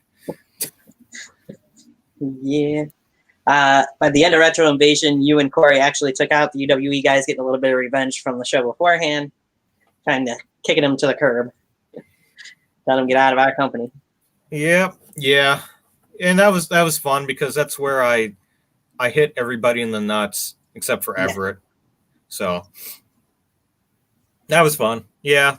Yeah, that was a good ending. I mean, there's not any other way that we could have really ended that. So Retro Invasion, I had to re-upload that at one point because Corey edited the first part and he used a song by Kanye West, and YouTube doesn't like it when you use songs by Kanye West. So it muted that entire section of it, which got our video removed. So I had to re-download it. I just cut it out, basically. I just cut out that part and just re-uploaded it. But that took a while. I didn't re-upload it immediately, and it didn't get taken down immediately either. It was like a weird 1 year period between the two things. So that'll turn out for the better. I think it was a year. Yeah, I think it was a little less than a full year, but yeah. Move into February Heart Attack, and you'd have your final match with Anarchy at that show. That's also another match that I liked at February Heart Attack, and that was really I consider that really my last APW match. I know there was season 2, and I faced AK in episode 2, and I faced Thomas Gray on episode 3. I forget who I faced in the first one. I faced episode 1 I faced AK. Episode 2 I faced Black Bullet, and then episode 3 I faced Thomas Gray. But February Heart Attack I consider my last APW match. Or maybe yeah. So it's just I like that match for it being my last APW match. I did some things that I wanted to do, and I guess no, because that storyline didn't even finish either. Because Anarchy was supposed to be part of the Man in Red storyline, which never finished. Because at the end of the match, I remember that I beat Anarchy, and he's like, "We'll see you soon," and we never came. So yeah, you left the arena for the rest of the show, where Corey had an open challenge, which turned out to be Chris Payne, because you had Dale Peppers on commentary for that show. And Chris Payne beat Corey in the main event, but didn't want the title because he wasn't going to be able to stick around. After that is when the Man in Red supposedly showed up and beat you as the camera was in and out at the end of the show. Yeah. That, like I said, that was supposed to be an original character, and Corey was supposed to play him. It was supposed to be the Man in Red was supposed to be just all of Jason's sins coming back in one person, kind of just like a manifestation of all of Jason's ignorance, all the bad stuff that Jason has done in the past. It was supposed to be manifested into this Man in Red, which never happened because everything's fine. Yeah. Everything's always fine in APW. Yep. Yeah, Heart Attack was the last time we seen Chris Payne in APW, I do believe, as well. So Chris isn't going to be home anytime soon because Chris is he's in Hawaii now. He lives there. So yeah, Chris won't be gracing NFW. Unfortunately. J Joker Designs in the comment section says YouTube hates music essentially. Oh, hey, Jay. Hey, Justin. I haven't talked to you in a long time. Hope you're doing well. Right. So, yeah, as you mentioned, that's just about the end of what to talk about for APW wise. I mean, obviously, we'll talk a little bit more about it as you had something big kind of happen for you APW wise after that. But that would transition us into one of, I think, the biggest crossover events in the community. I think a lot of people would agree with that. Wrestlecon. Yeah, I loved Wrestlecon. Wrestlecon is still considered the best show that we've done as a community. At least I think people think that. I don't know what people think. Right. But I know people still like the show. Yeah. It was a very unique show. I mean, when you start off the show with a wedding between the infamous wedding. And big time Mike's out there walking lips out the aisle. It was just fun. But Yep. What do you remember? Go ahead. Oh no. You go ahead. What do you remember most going into setting things up for this event that I'm sure you guys had a lot to do with being in there in Altoona and all the travel and trying to get people there for the show? And I mean, you guys got 3 pretty big names that were part of that show that we hadn't seen really cross over in the community at that point. I mean, a little bit. Yeah. So it was, WrestleCon was huge. I don't think when we were planning all of it, I don't think that we understood like the impact that it was going to have at this point. So setting stuff up, it was, it was just like any normal crossover. We treated it like a biddy.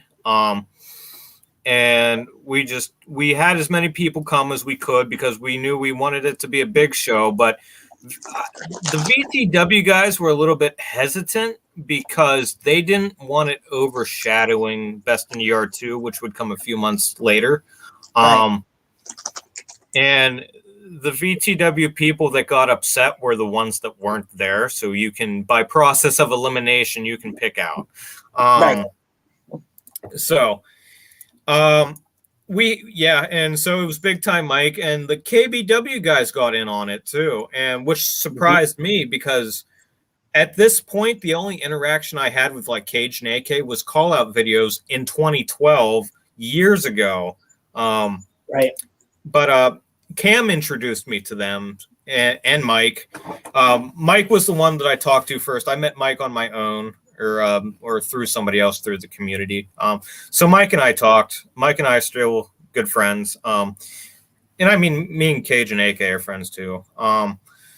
So we had the KBW guys in on it, which was huge. KBW is still the most subscribed, which I don't think we really measure stuff in subscriptions anymore, or views or anything. It's just we put out a product now and hope people watch it because the algorithm is so screwy anymore. Mike tried to get a hotel for everybody and it ended up going just so terrible because Mike got like one room and there were like 20 some guys, and we're all telling Mike, we're like, Mike, you got to get more rooms. And Mike's like, I don't know how to get more rooms. Well, and so Mike's trying to stick all of them in one room, and they ended up moving a hotel, another location, and they got 2 rooms, and Zach Daniels had to sleep in the tub, and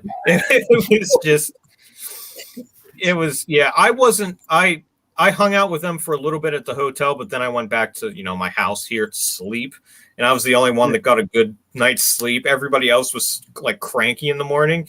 And I'm like, hey guys, why are you guys not so chipper about everything? And they're like, well, you had some people that like Cam wouldn't shut up and Drew was getting really mad. So Drew just kept beating on Cam. And like I said, Zach Daniels had to sleep in the tub. And then Dirty was drinking the whole night. And yeah, it just from what I heard, it's kind of like the plane ride from hell, except it's the hotel from hell. So that's what I heard. It's all rumors because they don't speak of that night anymore. But we've heard a few stories about that night. So yeah. Obviously, when you talk about Wrestlecon, the show, though, the matches that you guys had, I mean, I know originally, I don't remember who it was, but I know you guys had somebody else other than Cage originally planned to face Corey at the show. I think there was a couple different guys that were originally planned before that. Once again, Corey didn't really speak to me about what his plans were about anything. So it was just I don't think there were multiple people. I think it was always Cage. So unless somebody has said different, and I just I don't know a lot of things. Okay, there's a lot of things that just I haven't heard about. So yeah. Okay, I thought Corey mentioned before. I could be wrong. But it's still, when you talk about it, you move on through the show, you get to the main event, you and Cam, of course, having the main event spot. Put on a pretty good match, the two of you did. And the only sour part I think a lot of people would have was the finish to the match, which it made sense because it built up to the Best in the Yard 2 main event, but still. Yeah, you see, recently Corey kind of gave me an alternate version of what I could have done, and I'm like, well, why didn't you tell me that back then? And Corey's like, well, I thought you knew what you were doing. And I'm like, I did, but input's always nice. Right. But yeah, no, yeah, the match with Cam, I wasn't supposed. Me and Cam weren't supposed to be in the main event. It was supposed to be Dirty and Mike and Rick Right. Rios.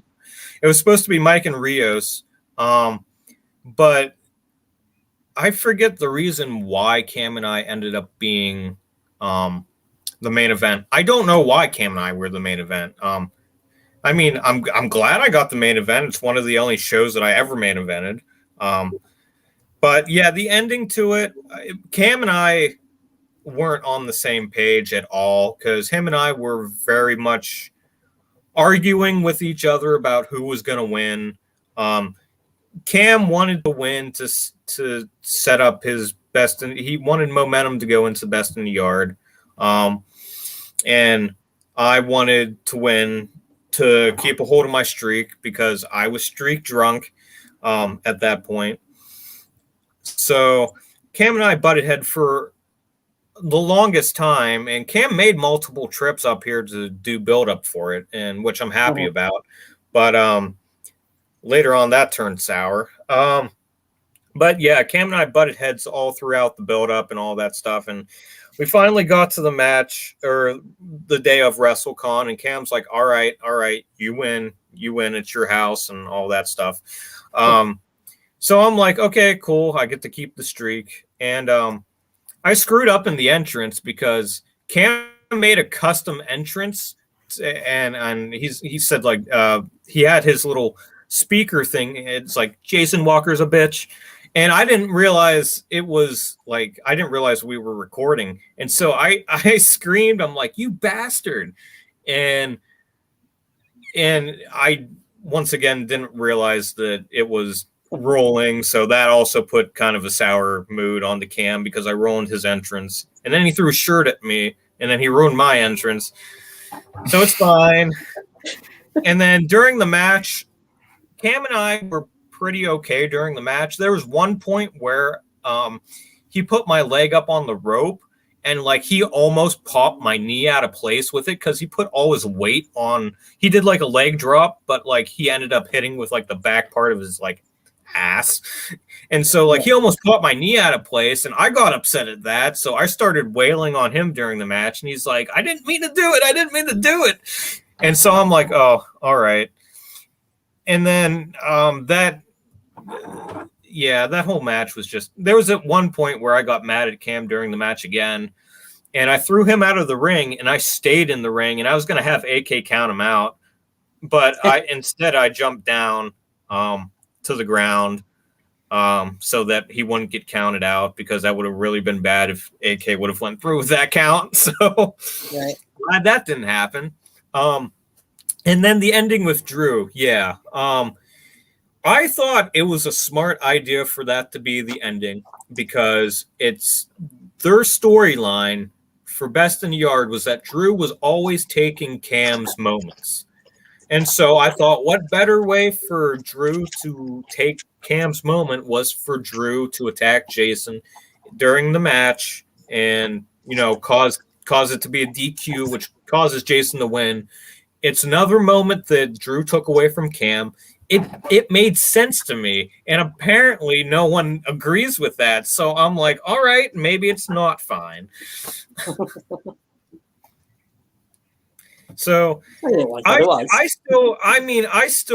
still think it was an okay ending. People disagree with me, and they're welcome to, but I still think it was a smart ending. Corey, like I said, Corey made an alternate suggestion the last time him and I talked a few months ago, or a month or so ago, something like that.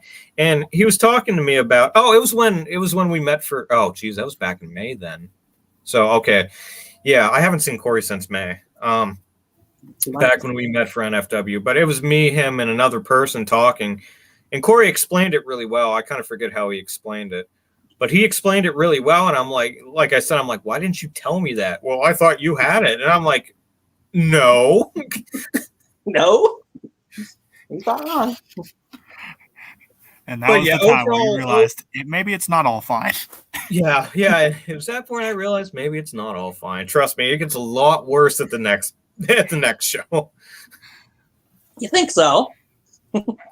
Well, gee, that next show would be Best in the Yard too. I wonder what possibly could have went wrong at that show. Yeah. Well, yeah. Well, shall we dive into it then? We should. We could. You have the opening match, triple threat, Three Kings match. Corey Graves as APW champion, Aaron Jones, BTW champion, Everett Creed, UWE champion. And what should happen to Corey Graves during the match? Yeah, he gets injured, and it's funny because it's the same leg. He injured it back when we were doing HBTW. He injured that same leg, and the same injury came back to haunt him, which is just, it's ironic, but yes, I was gonna say, it sounds ironic. Yeah. So yeah, Corey got injured during the match, but it's not the injury that was the issue. It's so, as we all know, the ending to the match, it was Aaron Jones tapping out Everett, and all of a sudden it just kind of goes quiet, and then we hear Merrick's theme, and I'm like, oh, okay, Merrick's here he's here to challenge Aaron Jones for the VTW title. Everything's fine. Instead, Merrick cashes in his title, his Money in the Bank title briefcase on Corey as a surprise. So it's at this moment where everything is not fine. I am verbally going to say everything is not fine. Something that you guys don't know is that after the match happened, I went up to Corey and I grabbed him by the shirt, and I'm like, "What are you doing?" Oh, no. Yeah, no, Corey. I got into a very heated yelling contest with Corey on that day. Or he wasn't yelling back, but I was yelling at him pretty bad. And that was after the match. You can before the end of the match fades out, it zooms in on me walking backwards, and that's when I walked after I walked backwards after the camera cuts, I walked up to Corey and I grabbed him and I started yelling at him, and I tried to play it off. Like I was joking a little bit.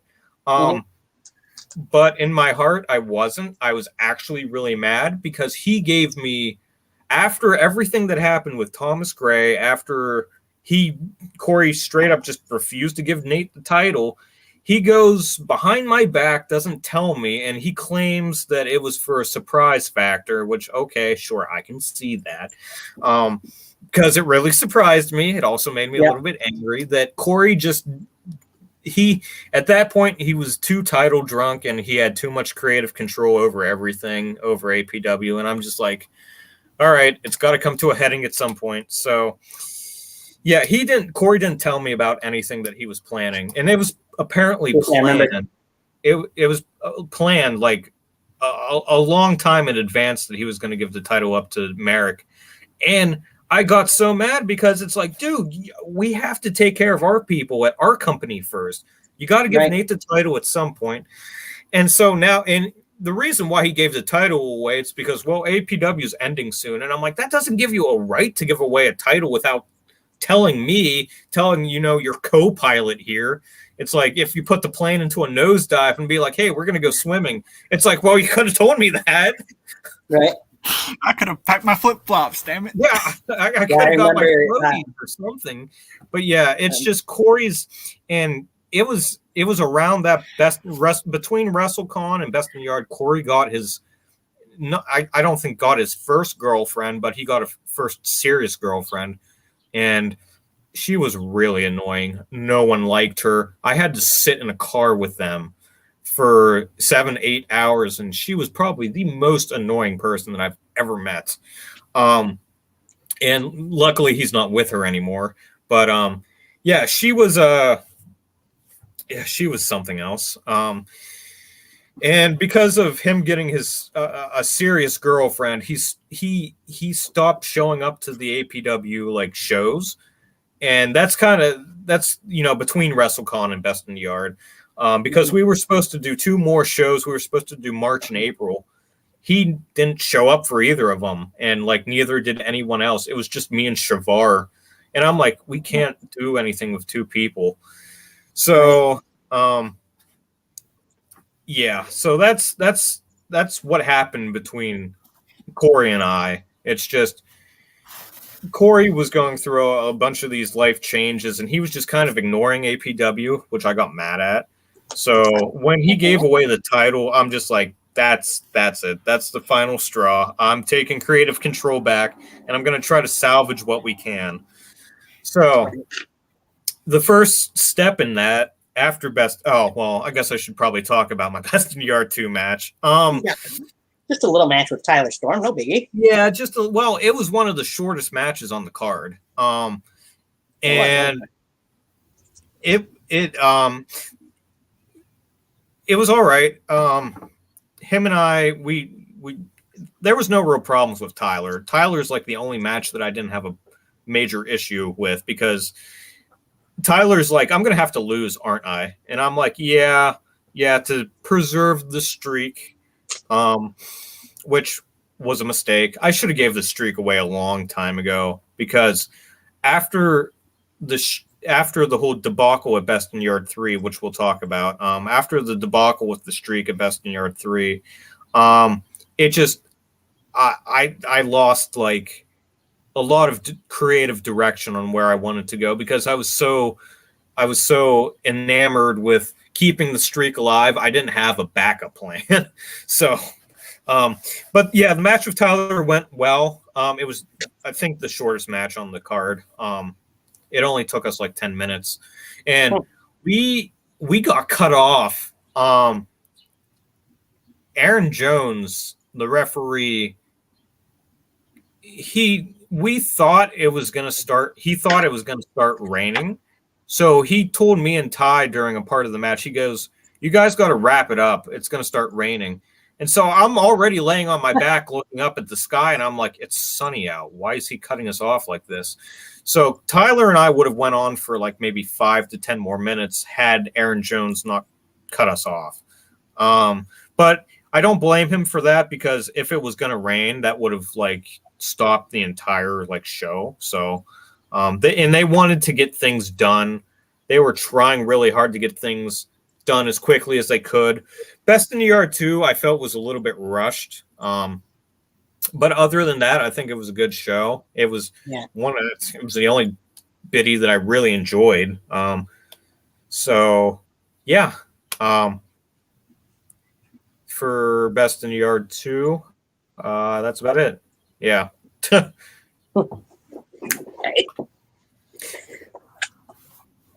I take the floor with this one? Because there is something else. Best in the Yard 2. Make no mistake about it, and this one is just get a good reaction out of you. There was a certain match on that card. Avery Hoke faced MX Mystery. Oh, The Trump supporting MX Mystery coming back from the dead. yeah. Take it any way you want with that one. What were Oh, you thinking yeah. going into that? But you see, as I said earlier in the stream, when you're talking about creative stuff and you have to go with the culture, I did that specifically because it was 2016. The national election was Trump versus Hillary, and so I turned MX Mystery into a Trump supporter, and it worked. It worked well, but by the time APW came back and MX Mystery was doing the Trump supporter thing, it already kind of died off. So it's like I said, it has to do with the culture, it has to do with what's popular or not. Things can be hot 1 second, things can be dropped another second. So it's just hit or miss. And it worked for one thing, and that was Best in the Yard, which I'm glad. And yeah. Fun times, was it? Working with the boss of the sticks. Yeah, boss of the sticks. Yep. Yeah, I'm glad I got to face Avery. Everybody should have faced Avery once. It's just something that you had to do. It was fun. Hope he's feeling better, by the way. Yeah. Out of that, though, I was going to mention, Corey did mention when I had him on here almost a year ago now, that he did go behind your back in that decision to have the title change hands at Best in the Yard. So good to get both perspectives on that one. There was. Yeah, I think the whole downfall of APW was shrouded in mystery a lot. Corey didn't talk about it. I didn't talk about it. Him and I were mad at each other, so we didn't talk about anything. And Corey and I hadn't talked for the longest time. But then around 2019, when I got the idea to do NFW, I'm like, yeah, Corey was my friend for 10 years. I should probably make up with him. Right. But out of that, we would go in to the FBW 10-man gauntlet match for the APW Championship. Yeah, so this was me panicking. This literally after Corey lost the title.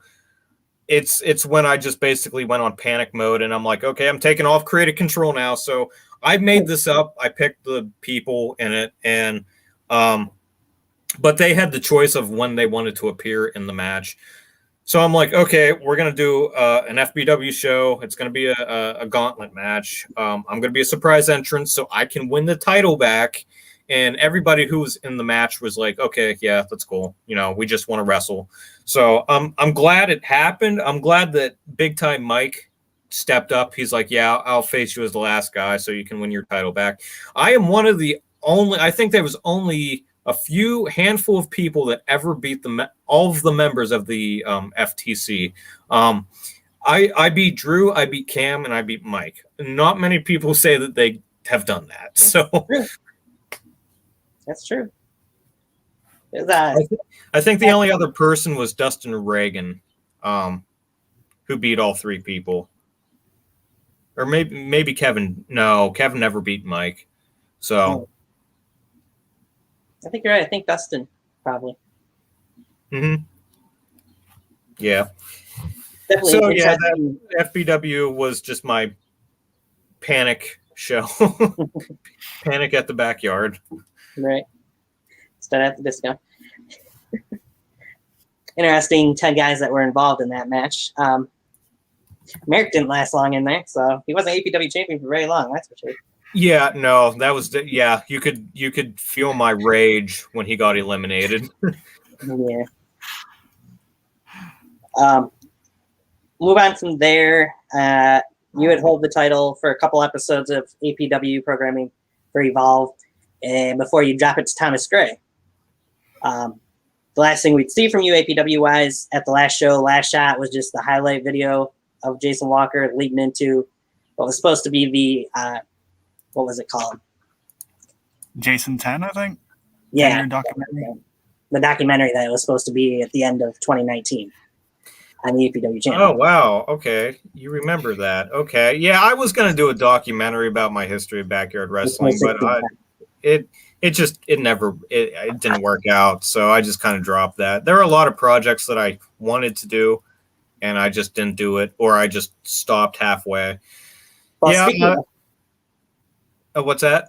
You can keep finish up with that first, and then I'll get into what I was going to say. Oh, yeah. I mean, yeah, there's a lot of projects, a lot of storylines, and it's NFW is going to be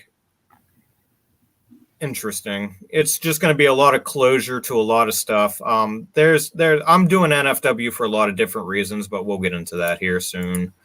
Yeah. What I was going to say was you talked about certain things that didn't get finished and things that have been on and have gone away from certain channels. We were talking a little bit about it earlier. I got to bring them up because I know you still got Best in the Yard 3 was your last match that you've been officially a part of, but there's another match that we were supposed to see that we have yet to see, and we even seen the build towards it on your channel, the ATW channel anyway. Videos are now gone, I've noticed, but you and one Self-Supremacy, Everett Creed. Yeah. Ev and I have been building up for, I think, 6 years, almost 6-7 years now. I think it's going on 7 years now. Yeah, so it was supposed to happen at Best in Yard 3. Didn't happen because we were both being stupid, and it didn't happen at Best in Yard 4 because I was being stupid. So anyways, yeah, Ev and I had a plan to face a long time ago before Retro Invasion. So him and I have always wanted to do it. We never got the chance to do it. We were going to do it as an extra on Retro Invasion. Didn't happen. We were going to do it an extra on Wrestlecon. Didn't happen. We were going to do an extra thing after Best in the Yard 2. It didn't happen. And so him and I finally said, all right, we're going to face at Crossover Crisis, which was a show at UWE. It would have been the first time I went to New York, and I was excited for it. However, Ev got a little bit defensive about losing. And he didn't want to lose on his home turf. And I'm like, okay, I understand it. So I said, well, okay, what if I win at Crossover Crisis and you win at Best in the Yard? Or maybe it was you win at Best or at Crossover Crisis and I win at Best in the Yard. It was one of those two variants. But there's a point where we couldn't decide on what we wanted to do. So Ev straight up just kicked me off the show the day before, or I think either that or the day of, because him and I just were butting heads about who wanted to win, who wanted to lose. And so, yeah, Ev kicks me off a Crossover Crisis the day of as I'm getting ready to leave. And I'm like, you can't do this to me. So I was going to show up anyways. And Cam's like, hold your horses. It'll be all right. Don't come. Just work it out later. And so, yeah, Crossover Crisis wasn't that great of a show. It ended up being Dustin Reagan and Everett Creed in the main event. Yeah, so that was the first hiccup in the feud of me and Ev. So then Best in Yard 4 came around, and we were supposed to do it there, and him and I were still arguing about who wanted to win and who wanted to lose. And we hadn't even decided who was going to win or lose yet. The point that I wanted to make at Best in Yard 4 was I wanted the main event because Ev and I at that point had almost 3-4 years of build. And I thought having the main event of Best in Yard 4 would have worked well for the story, and it would have worked well for the show because Ev was still a big name and I was still a big name. You know, we were all big names, I guess. I guess when everybody's a big name, no one is. But this is the point where I actually have a problem with VTW and how things happened between Best in Yard 3 and Best in Yard 4. So it started at before I continue about me and Ev, I do have to talk about Best in Yard 3. So I had I wasn't planning on being at Best in Yard 3. Oh, okay. So yeah, I wasn't planning on being at Best in Yard 3 in general, and I wasn't planning more because 3 days before Best in Yard 3 happened, I did have I had a breakup with a girl, a very bad breakup. It was really, really messy, and a lot of things got involved with it, but I was not in the right mind at all. And so it's the infamous story that you may have heard about Dirty kidnapping me. So Dirty DeChico was talking to me because I was just posting a bunch of sad stuff, and he's like, "Did you break up with somebody?" And I'm like, "Yeah." He goes, "Well, what I think that you need is you need me to come pick you up and take you to Best in Yard 3.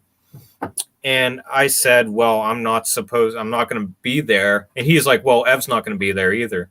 And I'm like, "Ev said he was going to be there."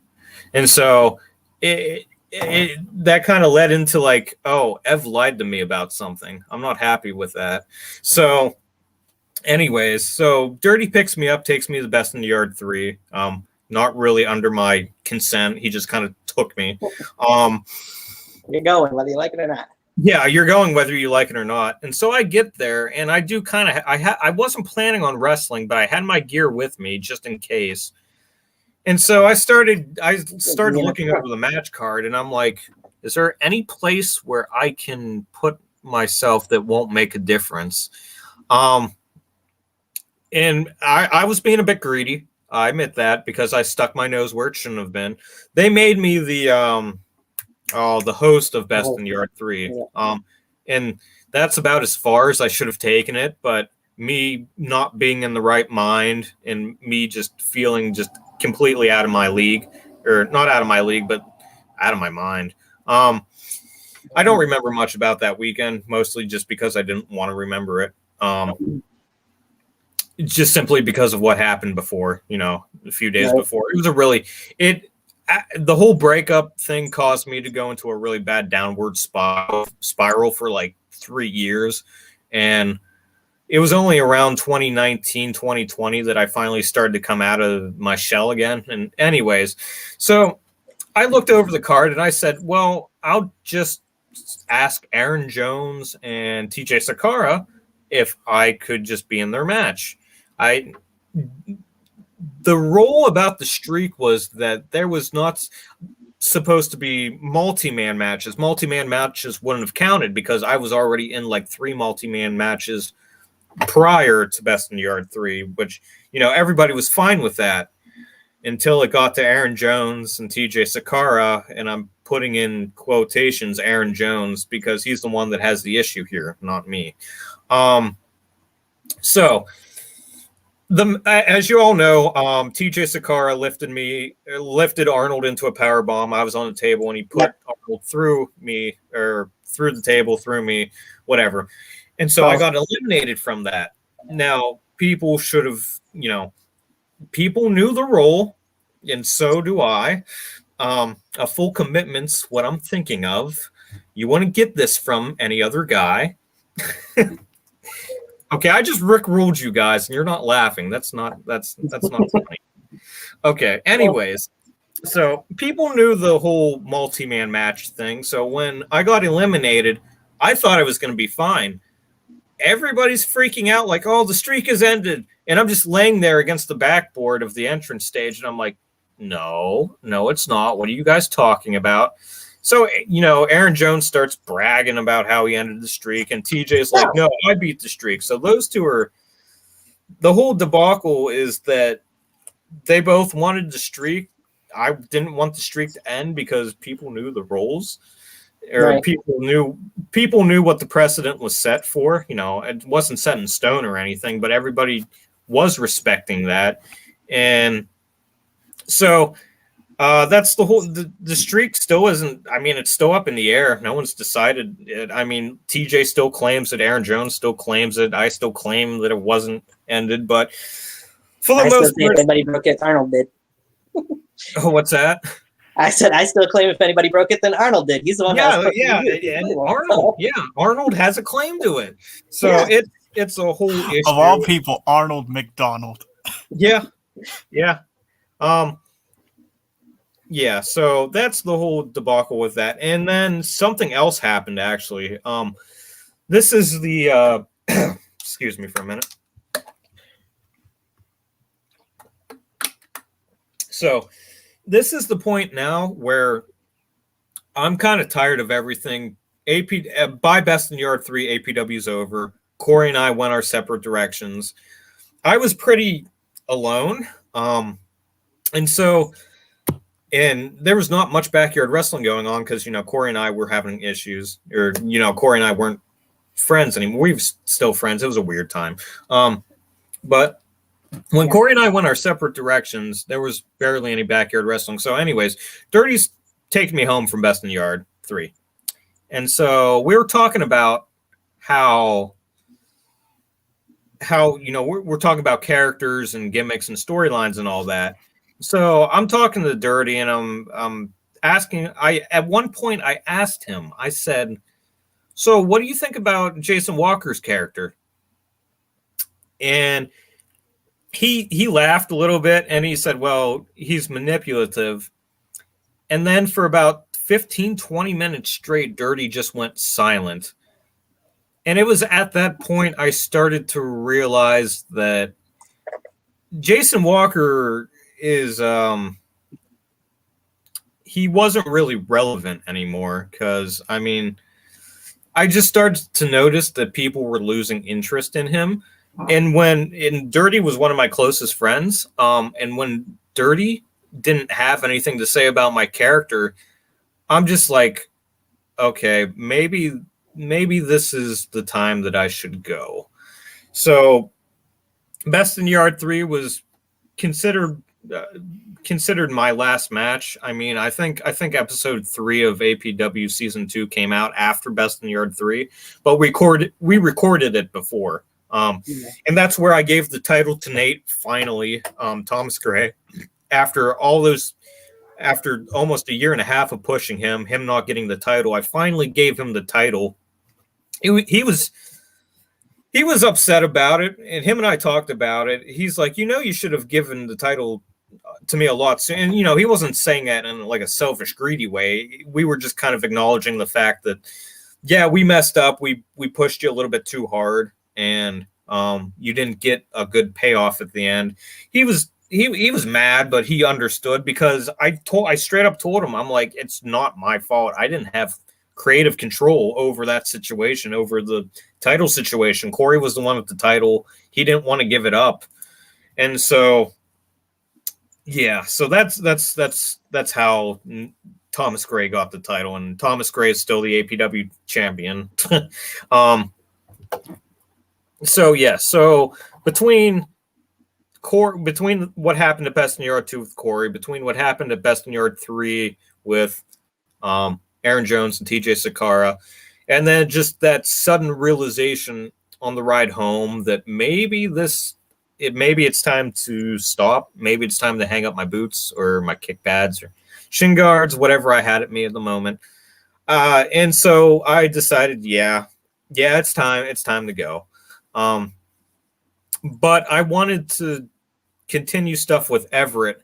And I did make the reality series unlisted because I don't consider it canon to the story anymore, simply because there was a really weird gap between the reality series and my I had a small thing on one of the NUW shows where I made an appearance and I gave Corey encouragement or something like that. Yeah. There was a weird gap between there that didn't really line up. So I said, it's either I make the reality series not canon to the story anymore and I just go with the rancher stuff, or I continue with the dark, depressing reality series and forego the rancher stuff. So I chose to unlist the reality series, and the fans are supposed to understand that that's not part of the story anymore. That's just it's if Ev and I face, because him and I are in the same company, surprise now, if Ev does show up, him and I will try to make the reality series once again canon to the storyline. But yeah, so I tried to do the reality series, and it was all right. I liked the reality series. It brought a different gritty perspective to what happens after backyard wrestling, but it didn't really continue to a point where I thought I was confident enough to continue it. And plus, at best, it was supposed to continue to Best in Yard 4. And I had the choice between going to Best in Yard 4 and having my match with Ev, but that goes into the story about how they wouldn't give me the main event, which once again, it's a bit greedy of me, but I still think to this day that I deserve that main event at Best in the Yard. It was the logical conclusion to what I think the story should have been. And Aaron Jones versus Mr. Judgment had like maybe 3 videos of build up. And I thought it was a big slap to the face. The reason why I didn't get the main event, we had a group chat on Facebook, and I left, and it was all of us. And so for whatever reason, I was arguing with people, and I left the group chat for a few months. I come back to build up for Best in Yard 4, and I said, okay, so have we decided that me and Ev get the main event? And so Aaron Jones steps up, and he says, no, you're not part of the group chat. You're only a part-timer in Backyard Wrestling. We can't have a part-timer have a main event in Best in Yard. Oh. And I'm like, okay, so that's not fair. Because I worked really hard with the reality series. Right. And so, yeah, they pretty much, so I had a choice between going on family vacation or going to Best in Yard 4. And I said, all right, they're not going to give me the main event. Screw them. I'm going to go on vacation. So, yeah, I left Ev in a pretty bad predicament. Best in Yard 4, I don't know if you've heard the stories from Best in Yard 4, but it was a bad behind the scenes. It was bad. People were arguing with each other, and me not being there wasn't the reason why it was a bad show. It's just everybody was butting heads. It was a time in the community where we were all just, everybody said that they didn't have an ego, but that's such a blatant lie because we all had egos. So Best in Yard 4 was definitely a boiling point for everybody. And so people wanted to go professional. They wanted to go to the indies. Some people wanted to stop doing it. Me not showing up at Best in Yard 4. It was a cluster. It was a cluster. And I do feel bad for putting Ev in that predicament for him not having a match on the show. They originally recorded a match with him and Dustin. But because there was a lot of mishaps in that match. TJ Sakara apparently did something to Everett's then girlfriend, Ange. I think he smacked her or something, and Ev wasn't happy about that. So Ev got in TJ's face and kind of ignored the match. They've done that in that match. Yeah. So Best in Yard 4 didn't turn out well, and I was going through stuff. And I was it was on my part, it was kind of vengeful because I'm like, okay, because I put my heart and I put my soul in a lot of the stuff that I did. And for Aaron Jones, of all people, to call me a part-timer, and also that I wasn't in the chat, which was really arbitrary. I don't know how me not being in the chat would matter. But yeah, for Aaron Jones, I don't have a lot of respect for Aaron. I think he's a mediocre wrestler, and he doesn't have any character at all. He has nothing to build upon. He tries. I liked one of his matches, and that's about it. So, but anyways, yeah, I'm salty about Best in Yard 4 still. And knowing that what happened at Best in Yard 5, that Everett got the main event with Cam, that was I wasn't too happy about that, but I'm over it. It's whatever. They didn't ask me to be on Best in Yard 5. They completely just they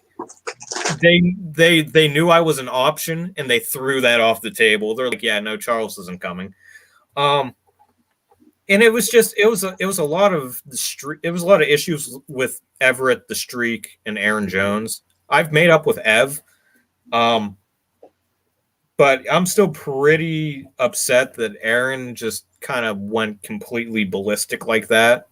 I think it was unwarranted. I think that it's not that their match was bad. I watched it. I watched Best in the Yard 4. I liked their match. But I didn't think it was deserved. And who am I to be saying that someone deserves something? But when it comes to a feud that had 3 years of build versus one that had 3 videos, right? Yeah. So that's my piece on that. Now that I have something to talk about, or now that I have a platform to talk about, that's my piece on that. I'm not, and the main reason why I had a problem is that no one else spoke up for me. When Aaron said all of that stuff, people were like agreeing with him too. I'm like, none of you see how like this is like just like unfair. And yeah, it's most of VTW and UWE's compliance with like certain people. Yeah, it was that Best in the Yard 3 and 4, the year between those two things, it was not good for anybody. But yeah, so other than the reality series, that was it for me after Best in the Yard 3. Right. Well, it was until we started seeing NFW pop up anyway. Yeah, so now we actually get to talk about something that I actually am very happy about. Now that we put out there how you feel about certain people anyway. Yeah. And things that happen. Before we jump into that, though, I want to ask you, NUW, you mentioned that we've seen a video of you encouraging Corey Graves, rooting on Corey as his match gets out of Creed at Fight for Freedom 2. Have you had the option to go out to NUW to Newburgh and compete there? And if you did get the invitation to, would you be part of it? I mean, they've had 2 King of the Yard tournaments there. You missed out on both of them. We've seen Corey in one of them. Yeah, so it wasn't spiteful, but I wasn't invited to any of the King of the Yards just simply because I didn't have the ability to get there. I mean, I could have probably drove with Corey, but for the most part, it's just I couldn't make it. Gotcha. Also, no one gave me an invitation, but it wasn't spiteful or anything. Okay. So Navon was in the chat earlier. Him and we've been supposed to have a match as Jason and Novin for a long time, like up to after Best in Yard 2 and beyond. I was supposed to face Novin at so many different companies. And one of them was NUW, another one was DBW. And so finally, with the creation of NFW, Navon was one of the first people I asked. I'm like, look, I'm making a company, and when I get to the explanation of NFW, it's gonna be interesting. But I don't really want to say NFW is a company yet. But for the most part, when I told Navon, I'm like, I'm making a company. We need to do Jason Walker versus Novin here because this Navon's probably going to be retiring from Backyard Wrestling or just wrestling in general next year. So we have to do it here and now.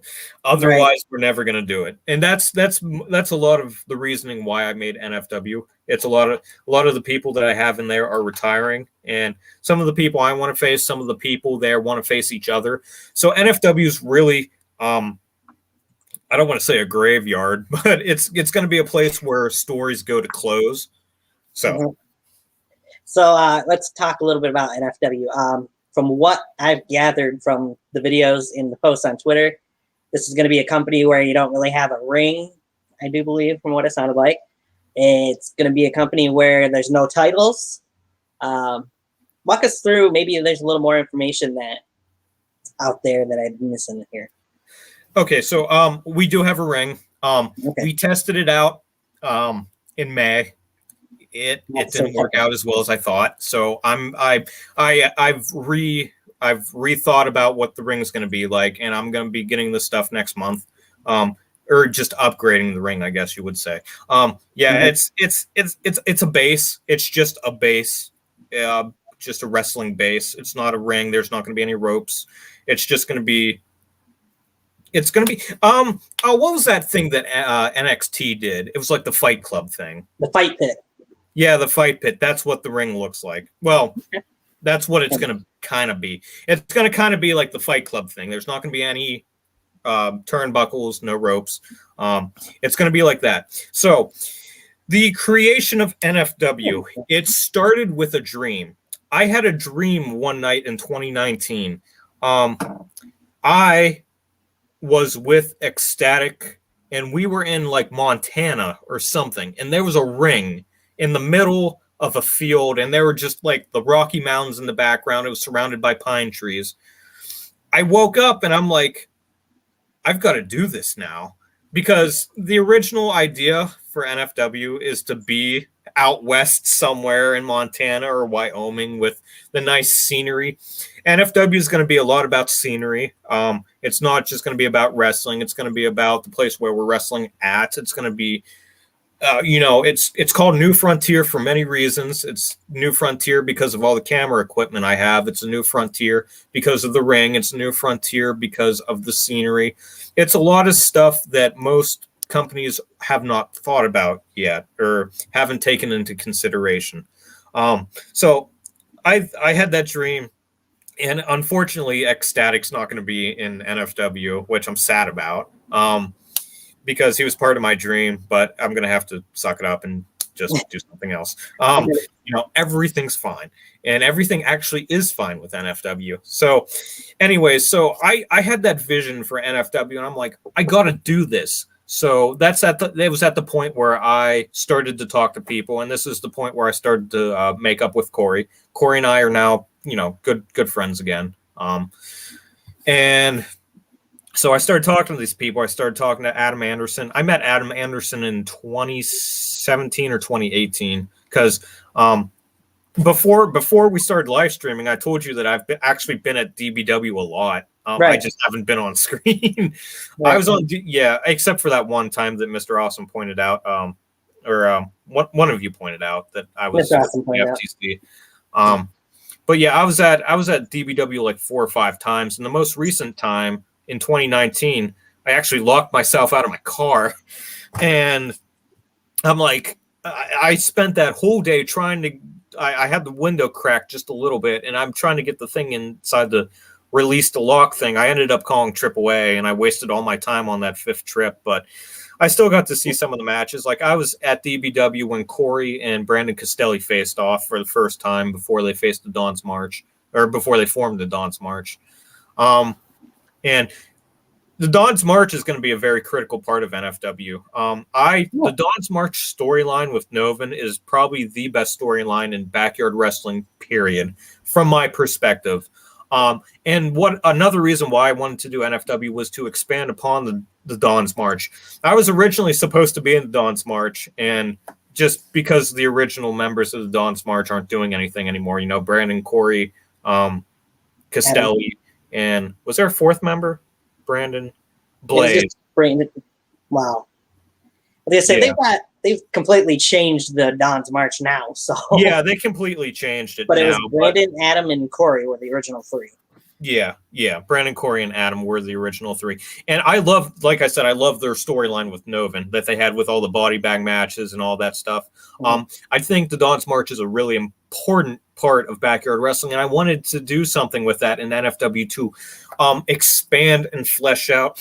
I did a lot of stuff in college about story making, about script writing, dialogue making, stuff like that. I spent about 2 years on that kind of stuff. So at this point, like, I wish I had what I had back then, or I wish I had now. You wish you had back then what you have now. Yeah, back then what I had now. I have the knowledge, I have the resources, I have the equipment. If I had what I had now back in APW would have blown everybody out of the water. And that's what I'm trying to make for NFW. I'm trying to make a place where stories go to finish, but yet are fleshed out in a way that gives characters more development. The one thing that I hate in backyard wrestling is that you have such two-dimensional characters wrestling for a title. So that's why I said to myself, okay, we're not having that in NFW. It's going to be titleless. The ring's going to be modified. We're going to be focusing on characters. We're going to make you invest into these characters. It's not going to be like these one-and-done characters like Aaron Jones or anything like that. People, wrestlers that don't have much to offer other than their name. That's not what I wanted. And the Don's March Novin storyline, those characters, along with people like Everett Creed, Jason Walker, The Blaze, Mr. Judgment, and Diablo, I believe that this motley crew of characters that I got can make and produce a very good story that people will be invested in. And that at the end of the day, that you will look past all the fancy camera equipment, that you will look past the ring, you will look past the scenery, and that you will be like, yeah, these guys did something in backyard wrestling that I don't think will ever be done again. And, it's kind of like the situation with HBTW and the No Resurrection 3 choice ending. That's kind of what I'm looking for on a bigger scale, just something that's unique and that hasn't been completely done. I'm pulling a lot of inspiration from Lucha Underground. I'm pulling a lot of things from movies and films and games. I believe that for a company and as characters, you need to put stuff into those things that you do in real life. Like Jason Walker is a rancher, and I desperately want to be a rancher, but I'm not. I'm a photographer. So, and another thing is something that I don't like is that people want to make personal storylines. Everybody wants to talk about your mother. Everybody wants to talk about your girlfriend. And the one thing that I never gave Cameron Jackson credit for was how well that he could craft a fake story. Everybody always wanted to make something personal with him, and he would just completely flip it upside down and make an entirely different story about it. Like him and Ev always wanted to be personal, and he would always do that to Ev. One of the first videos I saw of him and Ev, they had a sit-down promo against each other. And they made a really good story out of that, but none of it ever, in reality, none of it ever happened. It was just stories about the wrestlers themselves, not stories about Everett Patterson and Cameron Jackson. It was Everett Creed and Cameron Jackson. Right. So, I don't want a match between like Corey Stitt and Charles Price. I want a match between Jason Walker and Corey, just Graves now. So, I want to step back from getting too personal, because that's one of the reasons why the group that I wrestled with failed so much. We were all getting on each other's nerves, and too many things were getting too personal. So yeah, NFW is a lot. I would like to say that I have creative control over it, but most of it I give to the other wrestlers. I said, look, this is the storyline that I want to do. You guys are up to how it goes.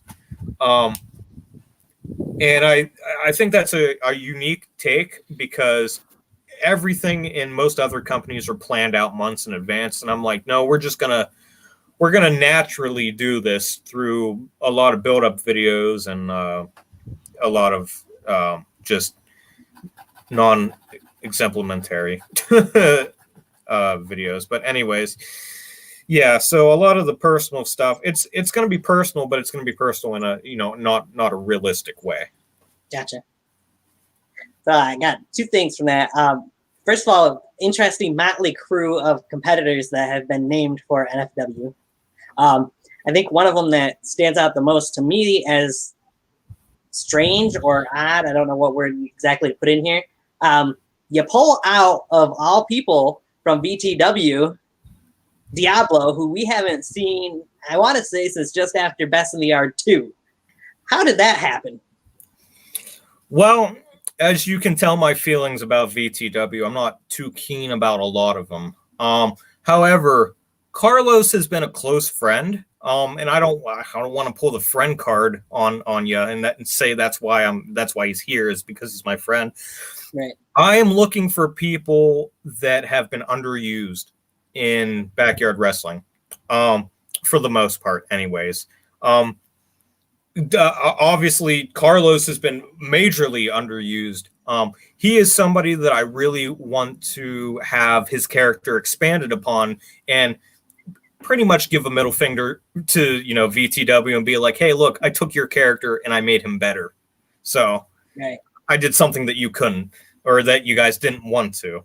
Because VTW ditched a lot of good characters. Like NFW went through a little bit of a change because there was going to be more of a movie feel to it, and there was going to be a bad guy at the end of the end of the movie. Merrick was originally going to be the bad guy. I was going to take Merrick and make him into a pretty badass Thanos kind of guy. But looking at it, we went through a few changes in NFW, and I like the storyline that we have now. Unfortunately, that meant that I had to give Merrick up, or that I couldn't take Merrick to begin with. Merrick still might show up. I don't know when, I don't know where, but yeah, the original bad guy for NFW was supposed to be Merrick. But yeah, that's why I picked Carlos out. It's because I think there's a lot of more stuff that he could have done. There's a lot more stuff and he has ideas too. He messages me ideas about his character and all that. And I'm thinking like, wow, why didn't you ever get used like in VTW? Like, that's not fair to you. So yeah, the motley crew of characters. Brandon Castelli, I know you have your feud with him. Or he has a feud with you, or something along the lines like that. He's a very talented kid, and he's trying to go professional too. And I hope I wish him the best. I'm glad he's going to be in NFW because he's going to be a very good welcome addition, because he's used a lot in NUW, or from what I've seen, he's used in NUW and he's used in DBW, right. And he's part of the Don's March Novin storyline. So I'm like, yeah, he's a talent. He's a good technical wrestler. He'd be a good addition. He's not used that much. He doesn't have too much of a character. Bring him into NFW. We'll make him a character.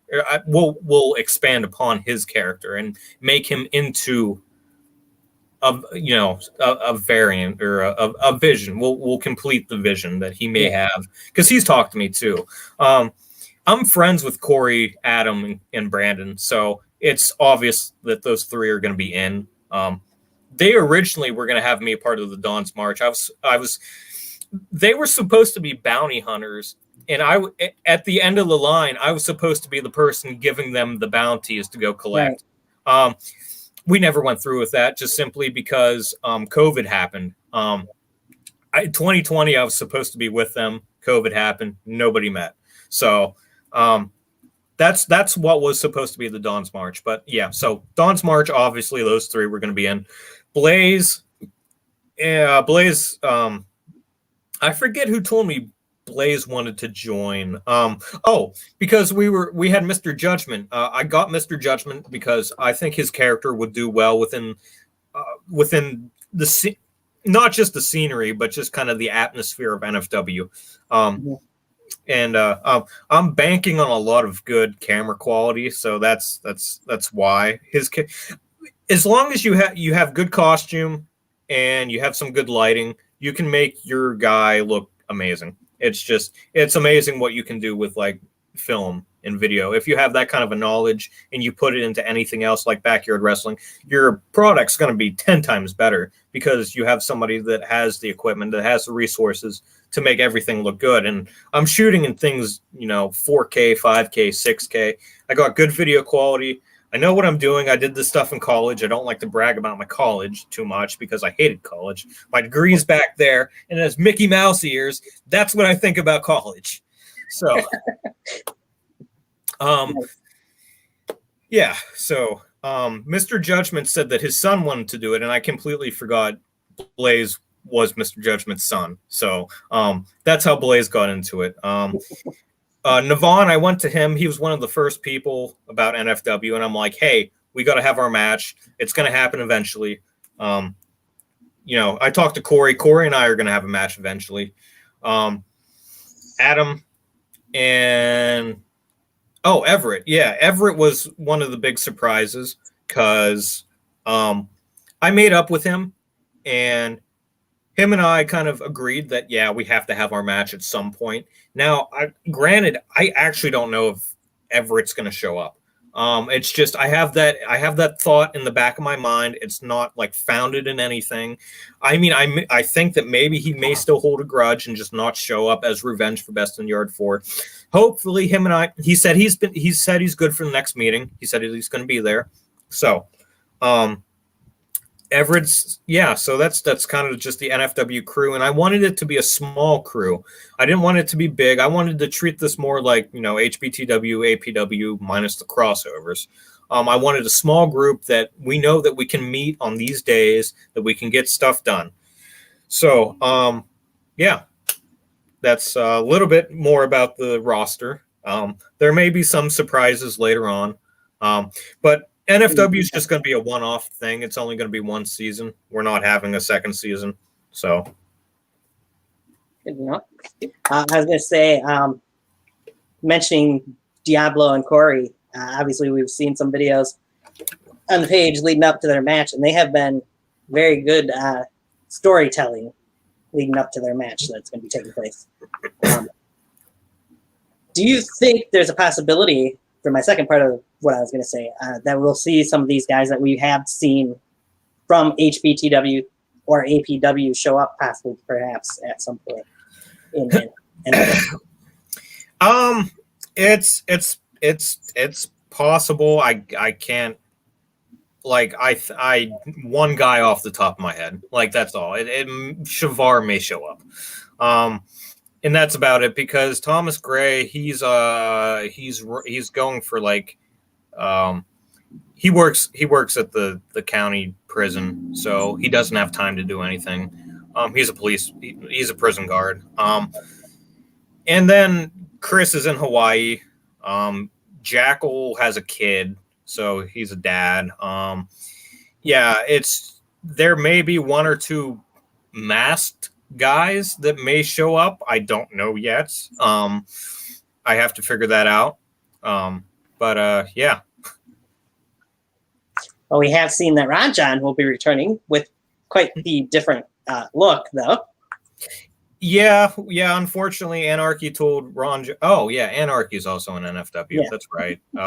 Geez, I forgot. Anarchy is supposed to be kind of an important person, and I already forgot about him. So, yeah, Ron John's back. Buster is going to be back. A lot of that has to do with editing, because Ron John and Buster aren't really going to physically be there too much. It's just going to be commentary, but NFW is going to be split up into two different kind of sections. There's going to be more of a, I don't know if you watch too much of ETTW, but how they do like music video episodes. Everything's short and sweet. You get the match, you get some good music, and you get a match that's kind of chopped up into parts. That's going to be the main NFW show, and it's going to be, it's going to be like a 15-minute show per episode, 15 minutes per episode, 20 minutes per episode. Not going to be long. But then the second section of NFW is going to be the long show. It's going to have commentary, and it's going to be your normal 1-hour show. Gotcha. Thanks. Gives us a little more perspective on NFW. Yeah. NFW is very story heavy. And one of the videos that I've released so far, what we're trying to do, or at least what I'm trying to accomplish, is that every storyline that we have will be interconnected with each other. So it's not just going to be one feud and one feud. It's going to be both of these feuds are somehow connected. It's going to be one giant story is what I'm trying to say. Nice. Sounds like very interesting and different than what you're normally seeing. So. Yeah, I'm not. It's just after the year between Best in the Yard 3 and 4, 2016, 2017, I fell out of just the art of wrestling. I didn't like it as much, and it's just I still to this day don't like the product coming out of WWE or even Impact or AEW. Like, AEW is getting overcrowded as fuck. Yeah, I feel that too. and it's just I can't get into the product because I think AEW does a better job at it than WWE, but WWE is still so child heavy. It's not going to change either because they know what brings them in the most money, and it's all about money. They could give a crap less about stories, about how characters develop. They don't care about that. It's disappointing because I long for a day where we go back to having major like superstars. And Corey always jokes with me. He's like, yeah, John Cena was the last superstar that we'll ever have. And unfortunately, yeah, he's right. Like there's no legends anymore. People will eventually be legends, but at this point in time, we're at a place where there's no one from the past that like, yeah, we got Brock Lesnar. Yeah, that's great. But yeah, it's just there's no big names, and it's just the suspension of disbelief is gone. That's a part of NFW that I also want to get through to people is that you're going to have to suspend your disbelief. We're not a sport. We're not an athletic company. NFW is going to be a story. It's going to be a movie. That's one of the things in professional wrestling that I think is just a really bad turnoff is when they switched from, something like Ruthless Aggression. They still had all these characters. You had people like, I don't know, like Paul Burchill, Chuck Palumbo, or you had people that played characters, and you had to suspend your disbelief and be like, yeah, The Undertaker is an undead guy who lights people on, or who has a brother that lights people on fire. Yeah, that was cool in the 90s, but now they switched to the more athletic sport direction.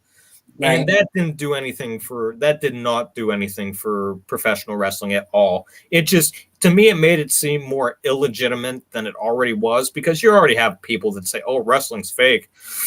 And I get upset at that. It's because it's like, okay, yes. Why do you read books? Why do you play video games? Why do you watch Fox News? It's to be entertained. It's to be entertained. I'm not entertained by the current state of wrestling, and there are people that will forego the entertainment value for wrestling in favor of, wrestling, all the flippy stuff. And I'm like, that's cool because I like New Japan. All right, I'm a New Japan guy from what I know. I like Tamaga Tonga. And I like a lot of the Bullet Club stuff there. But for the most part, they don't have too much stories. Their story in New Japan is through the wrestling. And I actually think that takes a lot of talent to tell wrestling through a story instead of having to tell story through individual videos or through a long stretch of videos. But that's my personal... I like doing that. I'm a movie guy. I like sitting down for 2 hours and watching a long stretched out video of characters and their development. That's what I like, and that's what I'm trying to impress onto NFW. But yeah, as for the whole sport direction of WWE, them trying to be a major competitor to people like NFL and the NHL and MLB, all the football stuff, it's not working. They have to come back to their roots at some point. Right. I'll be glad when that happens. So I feel it. All right. So I got a couple more things. First of all, do you feel like NFW will be the final act or the final time that we will see Jason Walker on our YouTube screens?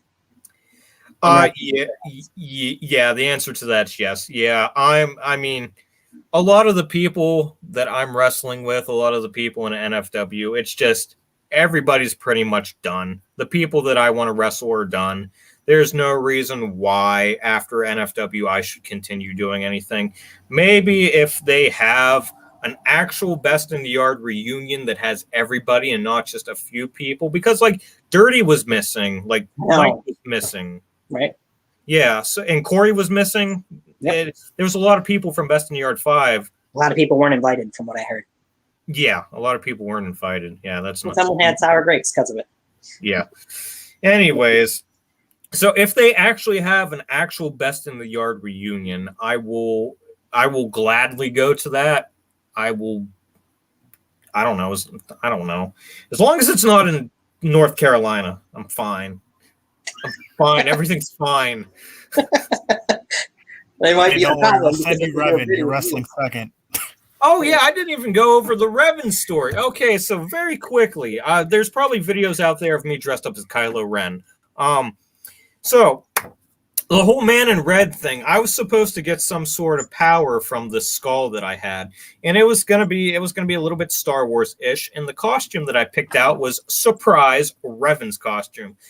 So the day that I decided that I was going to pull the trigger and buy the costume, Corey came over and I was talking to Corey about it. I'm like, look at this. This is what I'm going to be doing in APW.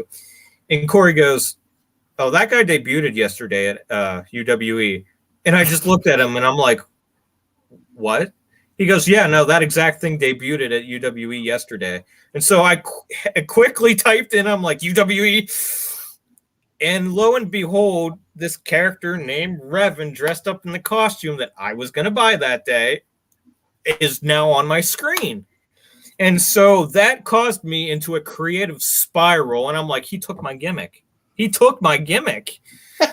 And so, yeah, that's what happened with Revan. That's why I kind of bounced around between gimmicks. I didn't really have a solid gimmick in NFW or APW. You see how much I want to erase APW?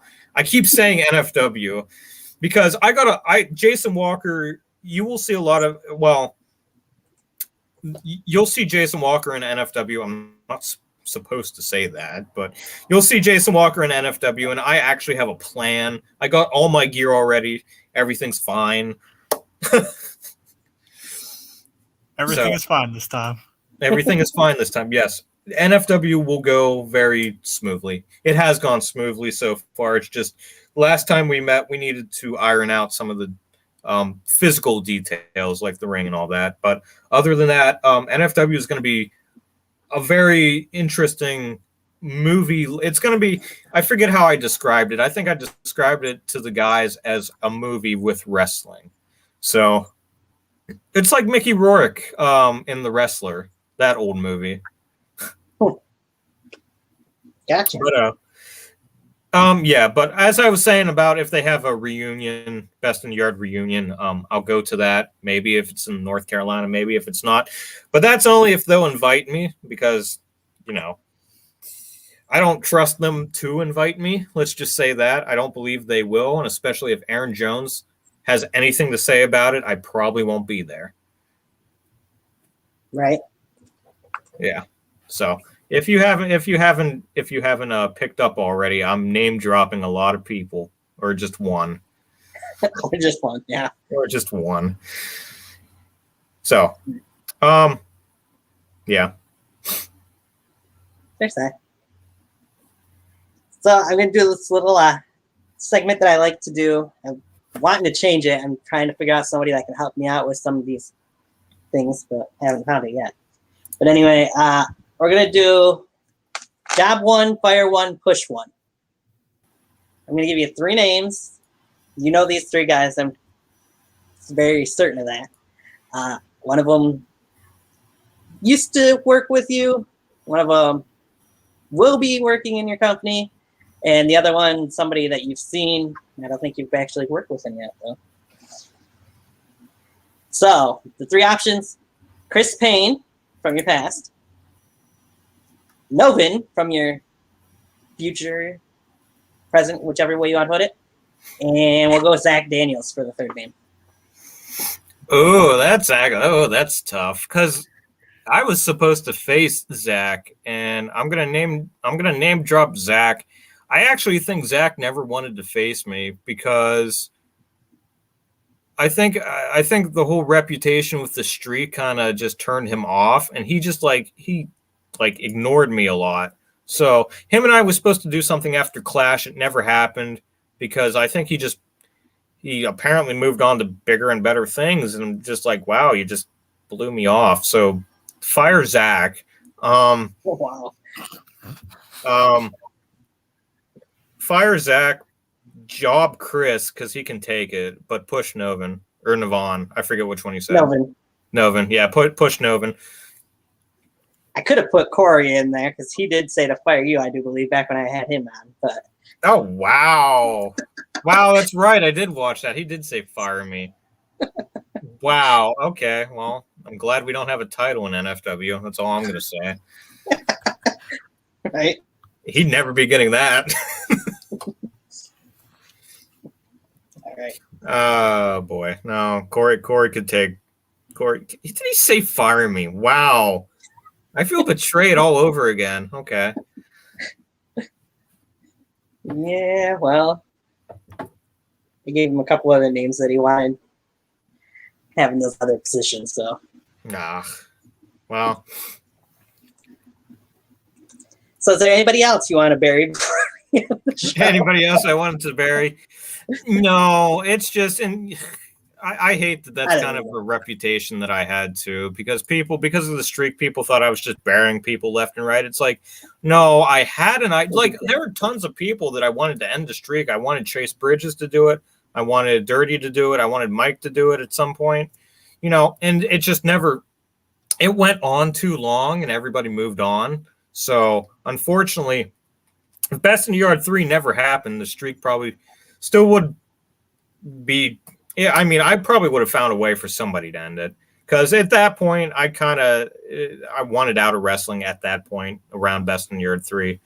So it's whatever. But no, I still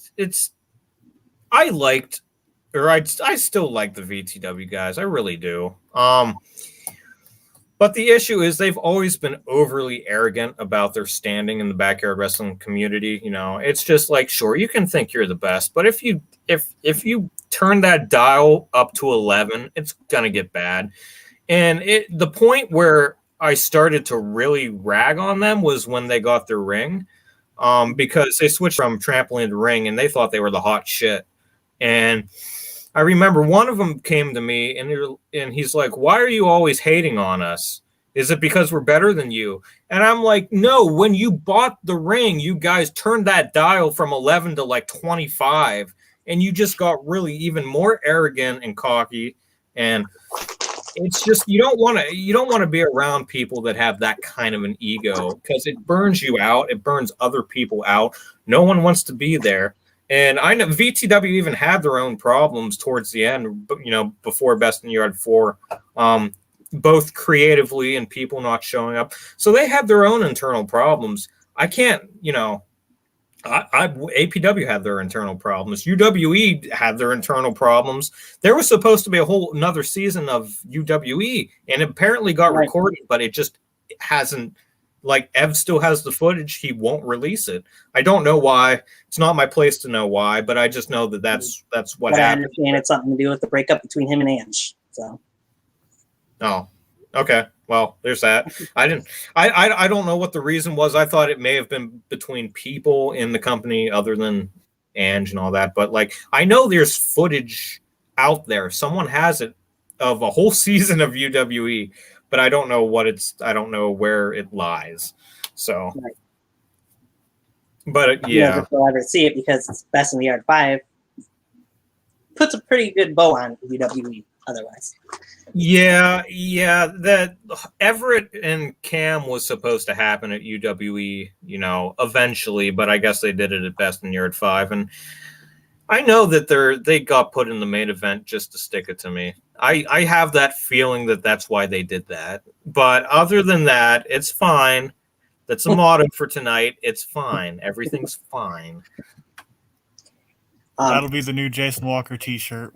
Yeah. Everything is still fine. Everything's still fine. On sale. Is there anybody perhaps that you watch in backyard wrestling that you'd like to get a chance to compete with in any way, shape, or form? Well, like I said earlier, I'm upset that I never got to face Ecstatic. Him and I had a small bout that wasn't recorded.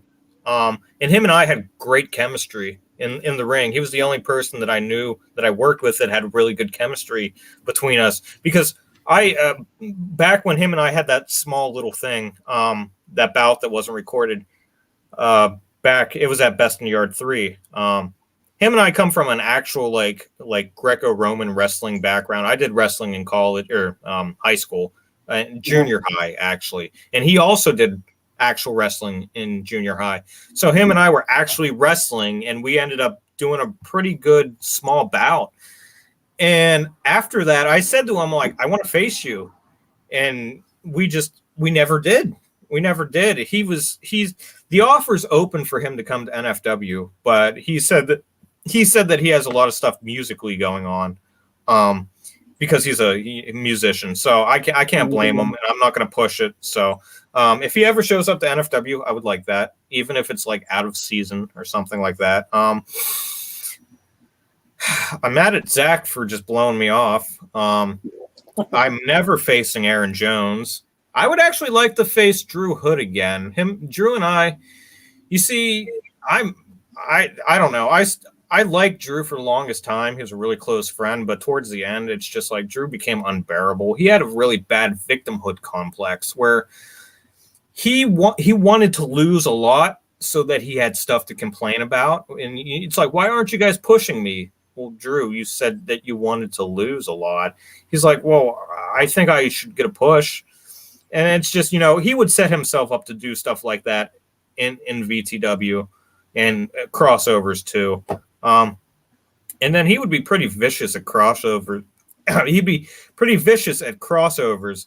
He pretty much demanded that he win that triple threat with Dirty and Thomas Gray. So I'm like, whatever. So Thomas Gray was originally supposed to win, but they changed it on him, which kind of upset that they blew APW off like that. But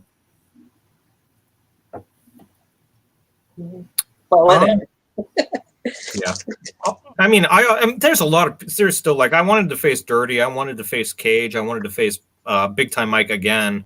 I mean,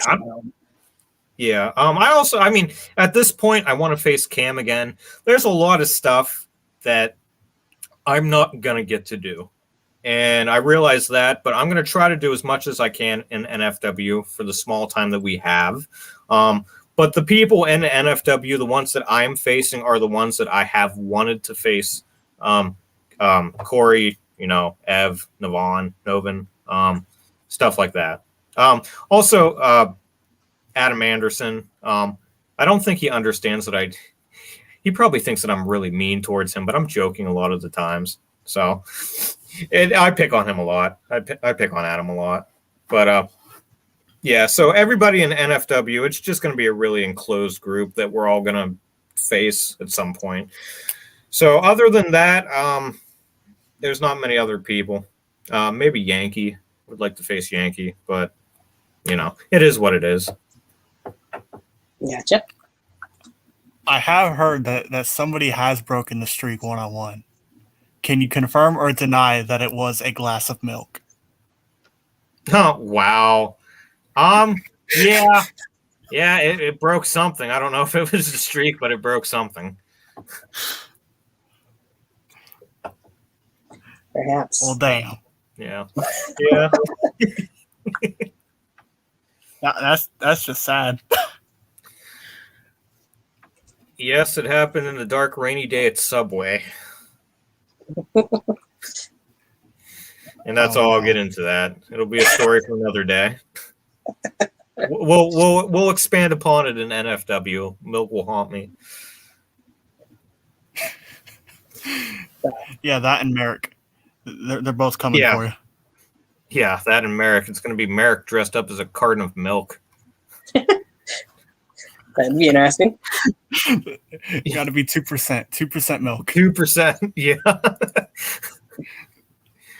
Okay, so I have to ask, what is your funniest or funnest experience during your expanded wrestling career?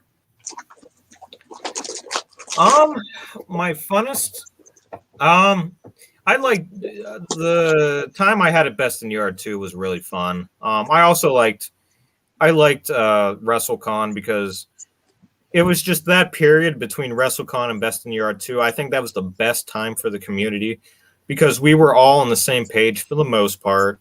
And we all wanted to just make something. And at this point, I wish that mindset was still around. People are so enamored with trying to be the best and trying to out wrestle people, and it's just like the fun's gone. And that's, another reason why I made NFW is I just want to have fun again, trying to do this last stretch of wrestling.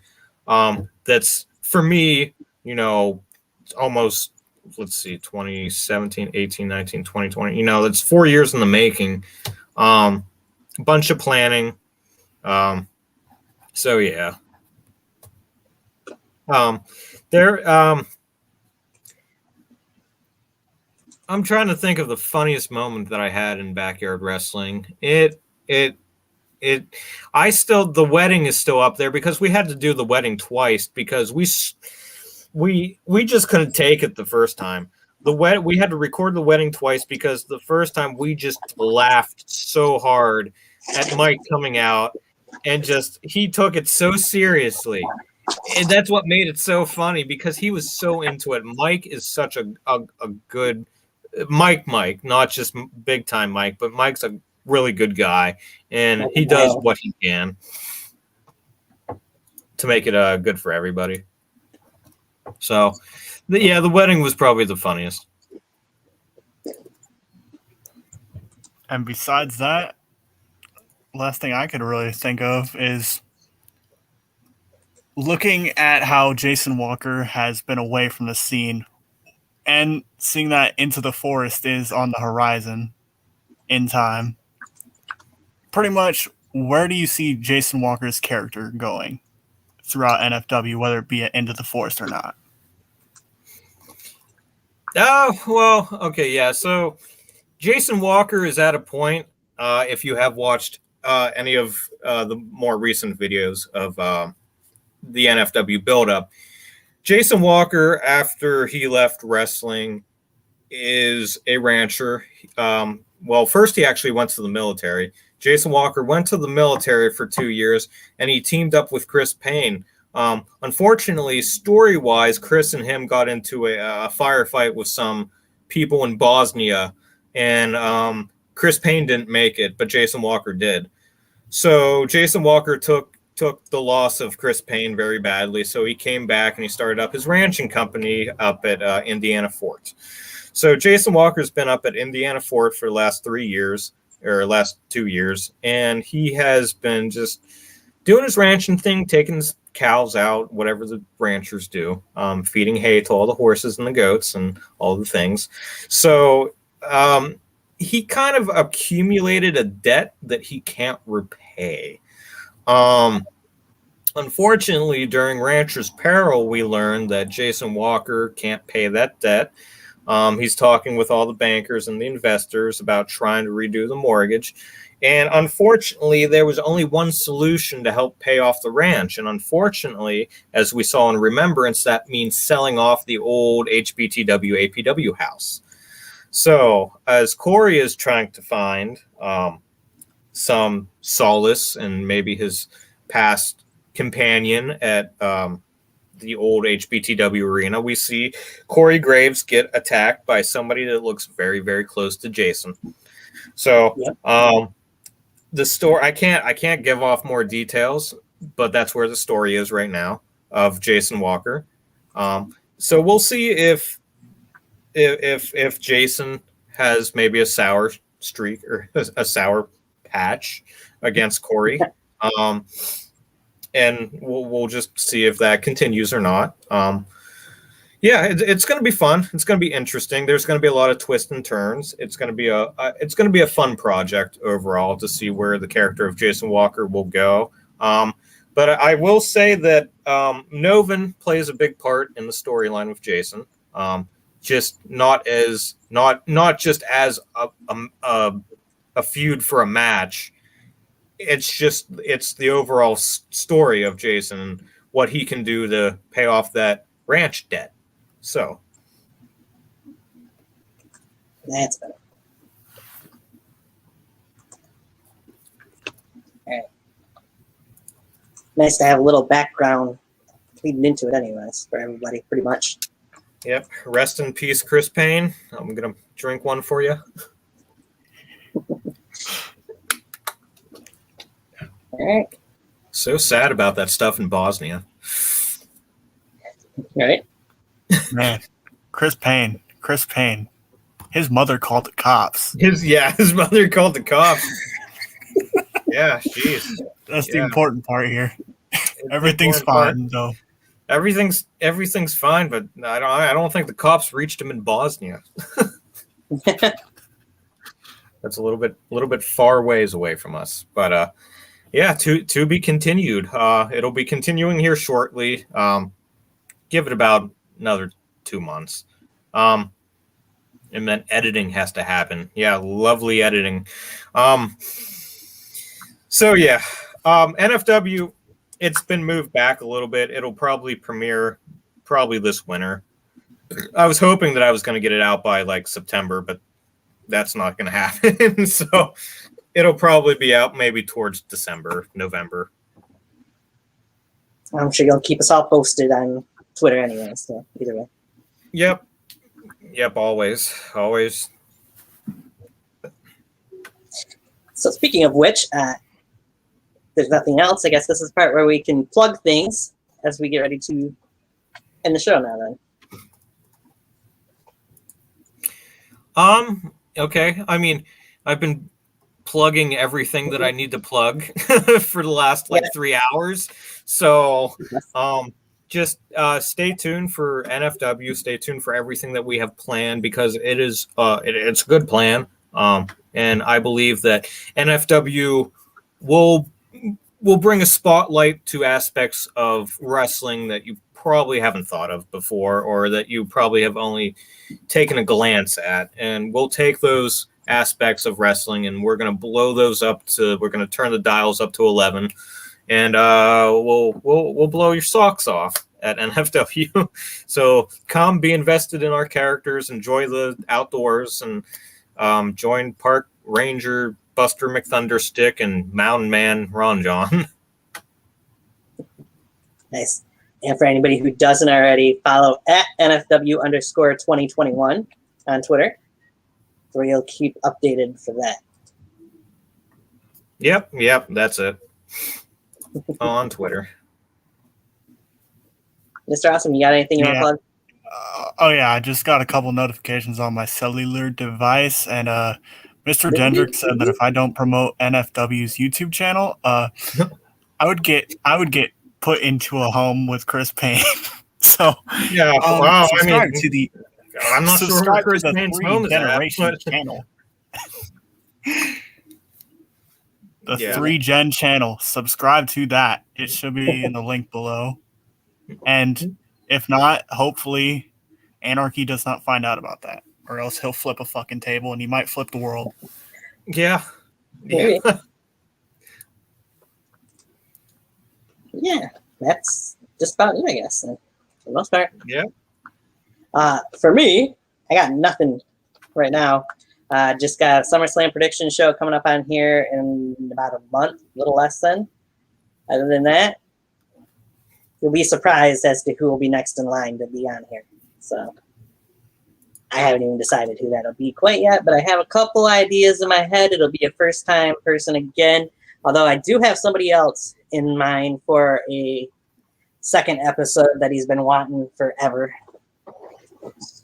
And he got a response from the person he's been wanting a response from during our post-show, our review show for Best in the Yard 5. So that should be interesting. And if you guys don't, make sure you're also, since I plug it on the Anchor channel, I got to plug it here. Listen to Tiger Talks Wrestling on Anchor.fm or Spotify or any of those other links that you can find through Anchor.fm that podcast is on as well. For that, I think that's pretty much it. So, should I mention a little project I got you working on there too? Mr. Walker. Oh, you talk about your intro? Yeah. Yeah, I'm getting around to it. I finished up one of my other photography videos today, and I kind of started it, but I haven't. I'll get it to you probably in the next month or so. It's works for me. Yeah. I'll be making Mr. Tony here new intro. It's gonna be good. It'll be creative. So you guys have that to look forward to. Tony, I do thank you for having me on here. It's been a pleasure. Mr. Awesome, it was good to meet you. I'm glad you're here too. Thank you both for giving me this time. I do want to quickly say that for the people in NFW, thank you guys for joining me on this crusade of making this weird movie thing that is eventually going to be aired sometime this year. It's a lot of hard work, determination, but thank you guys for doing what you have been doing. That's it from me. Right. Now I have to get somebody to update this too, for that matter. But herein lies the end of the show. Have a good night, everybody.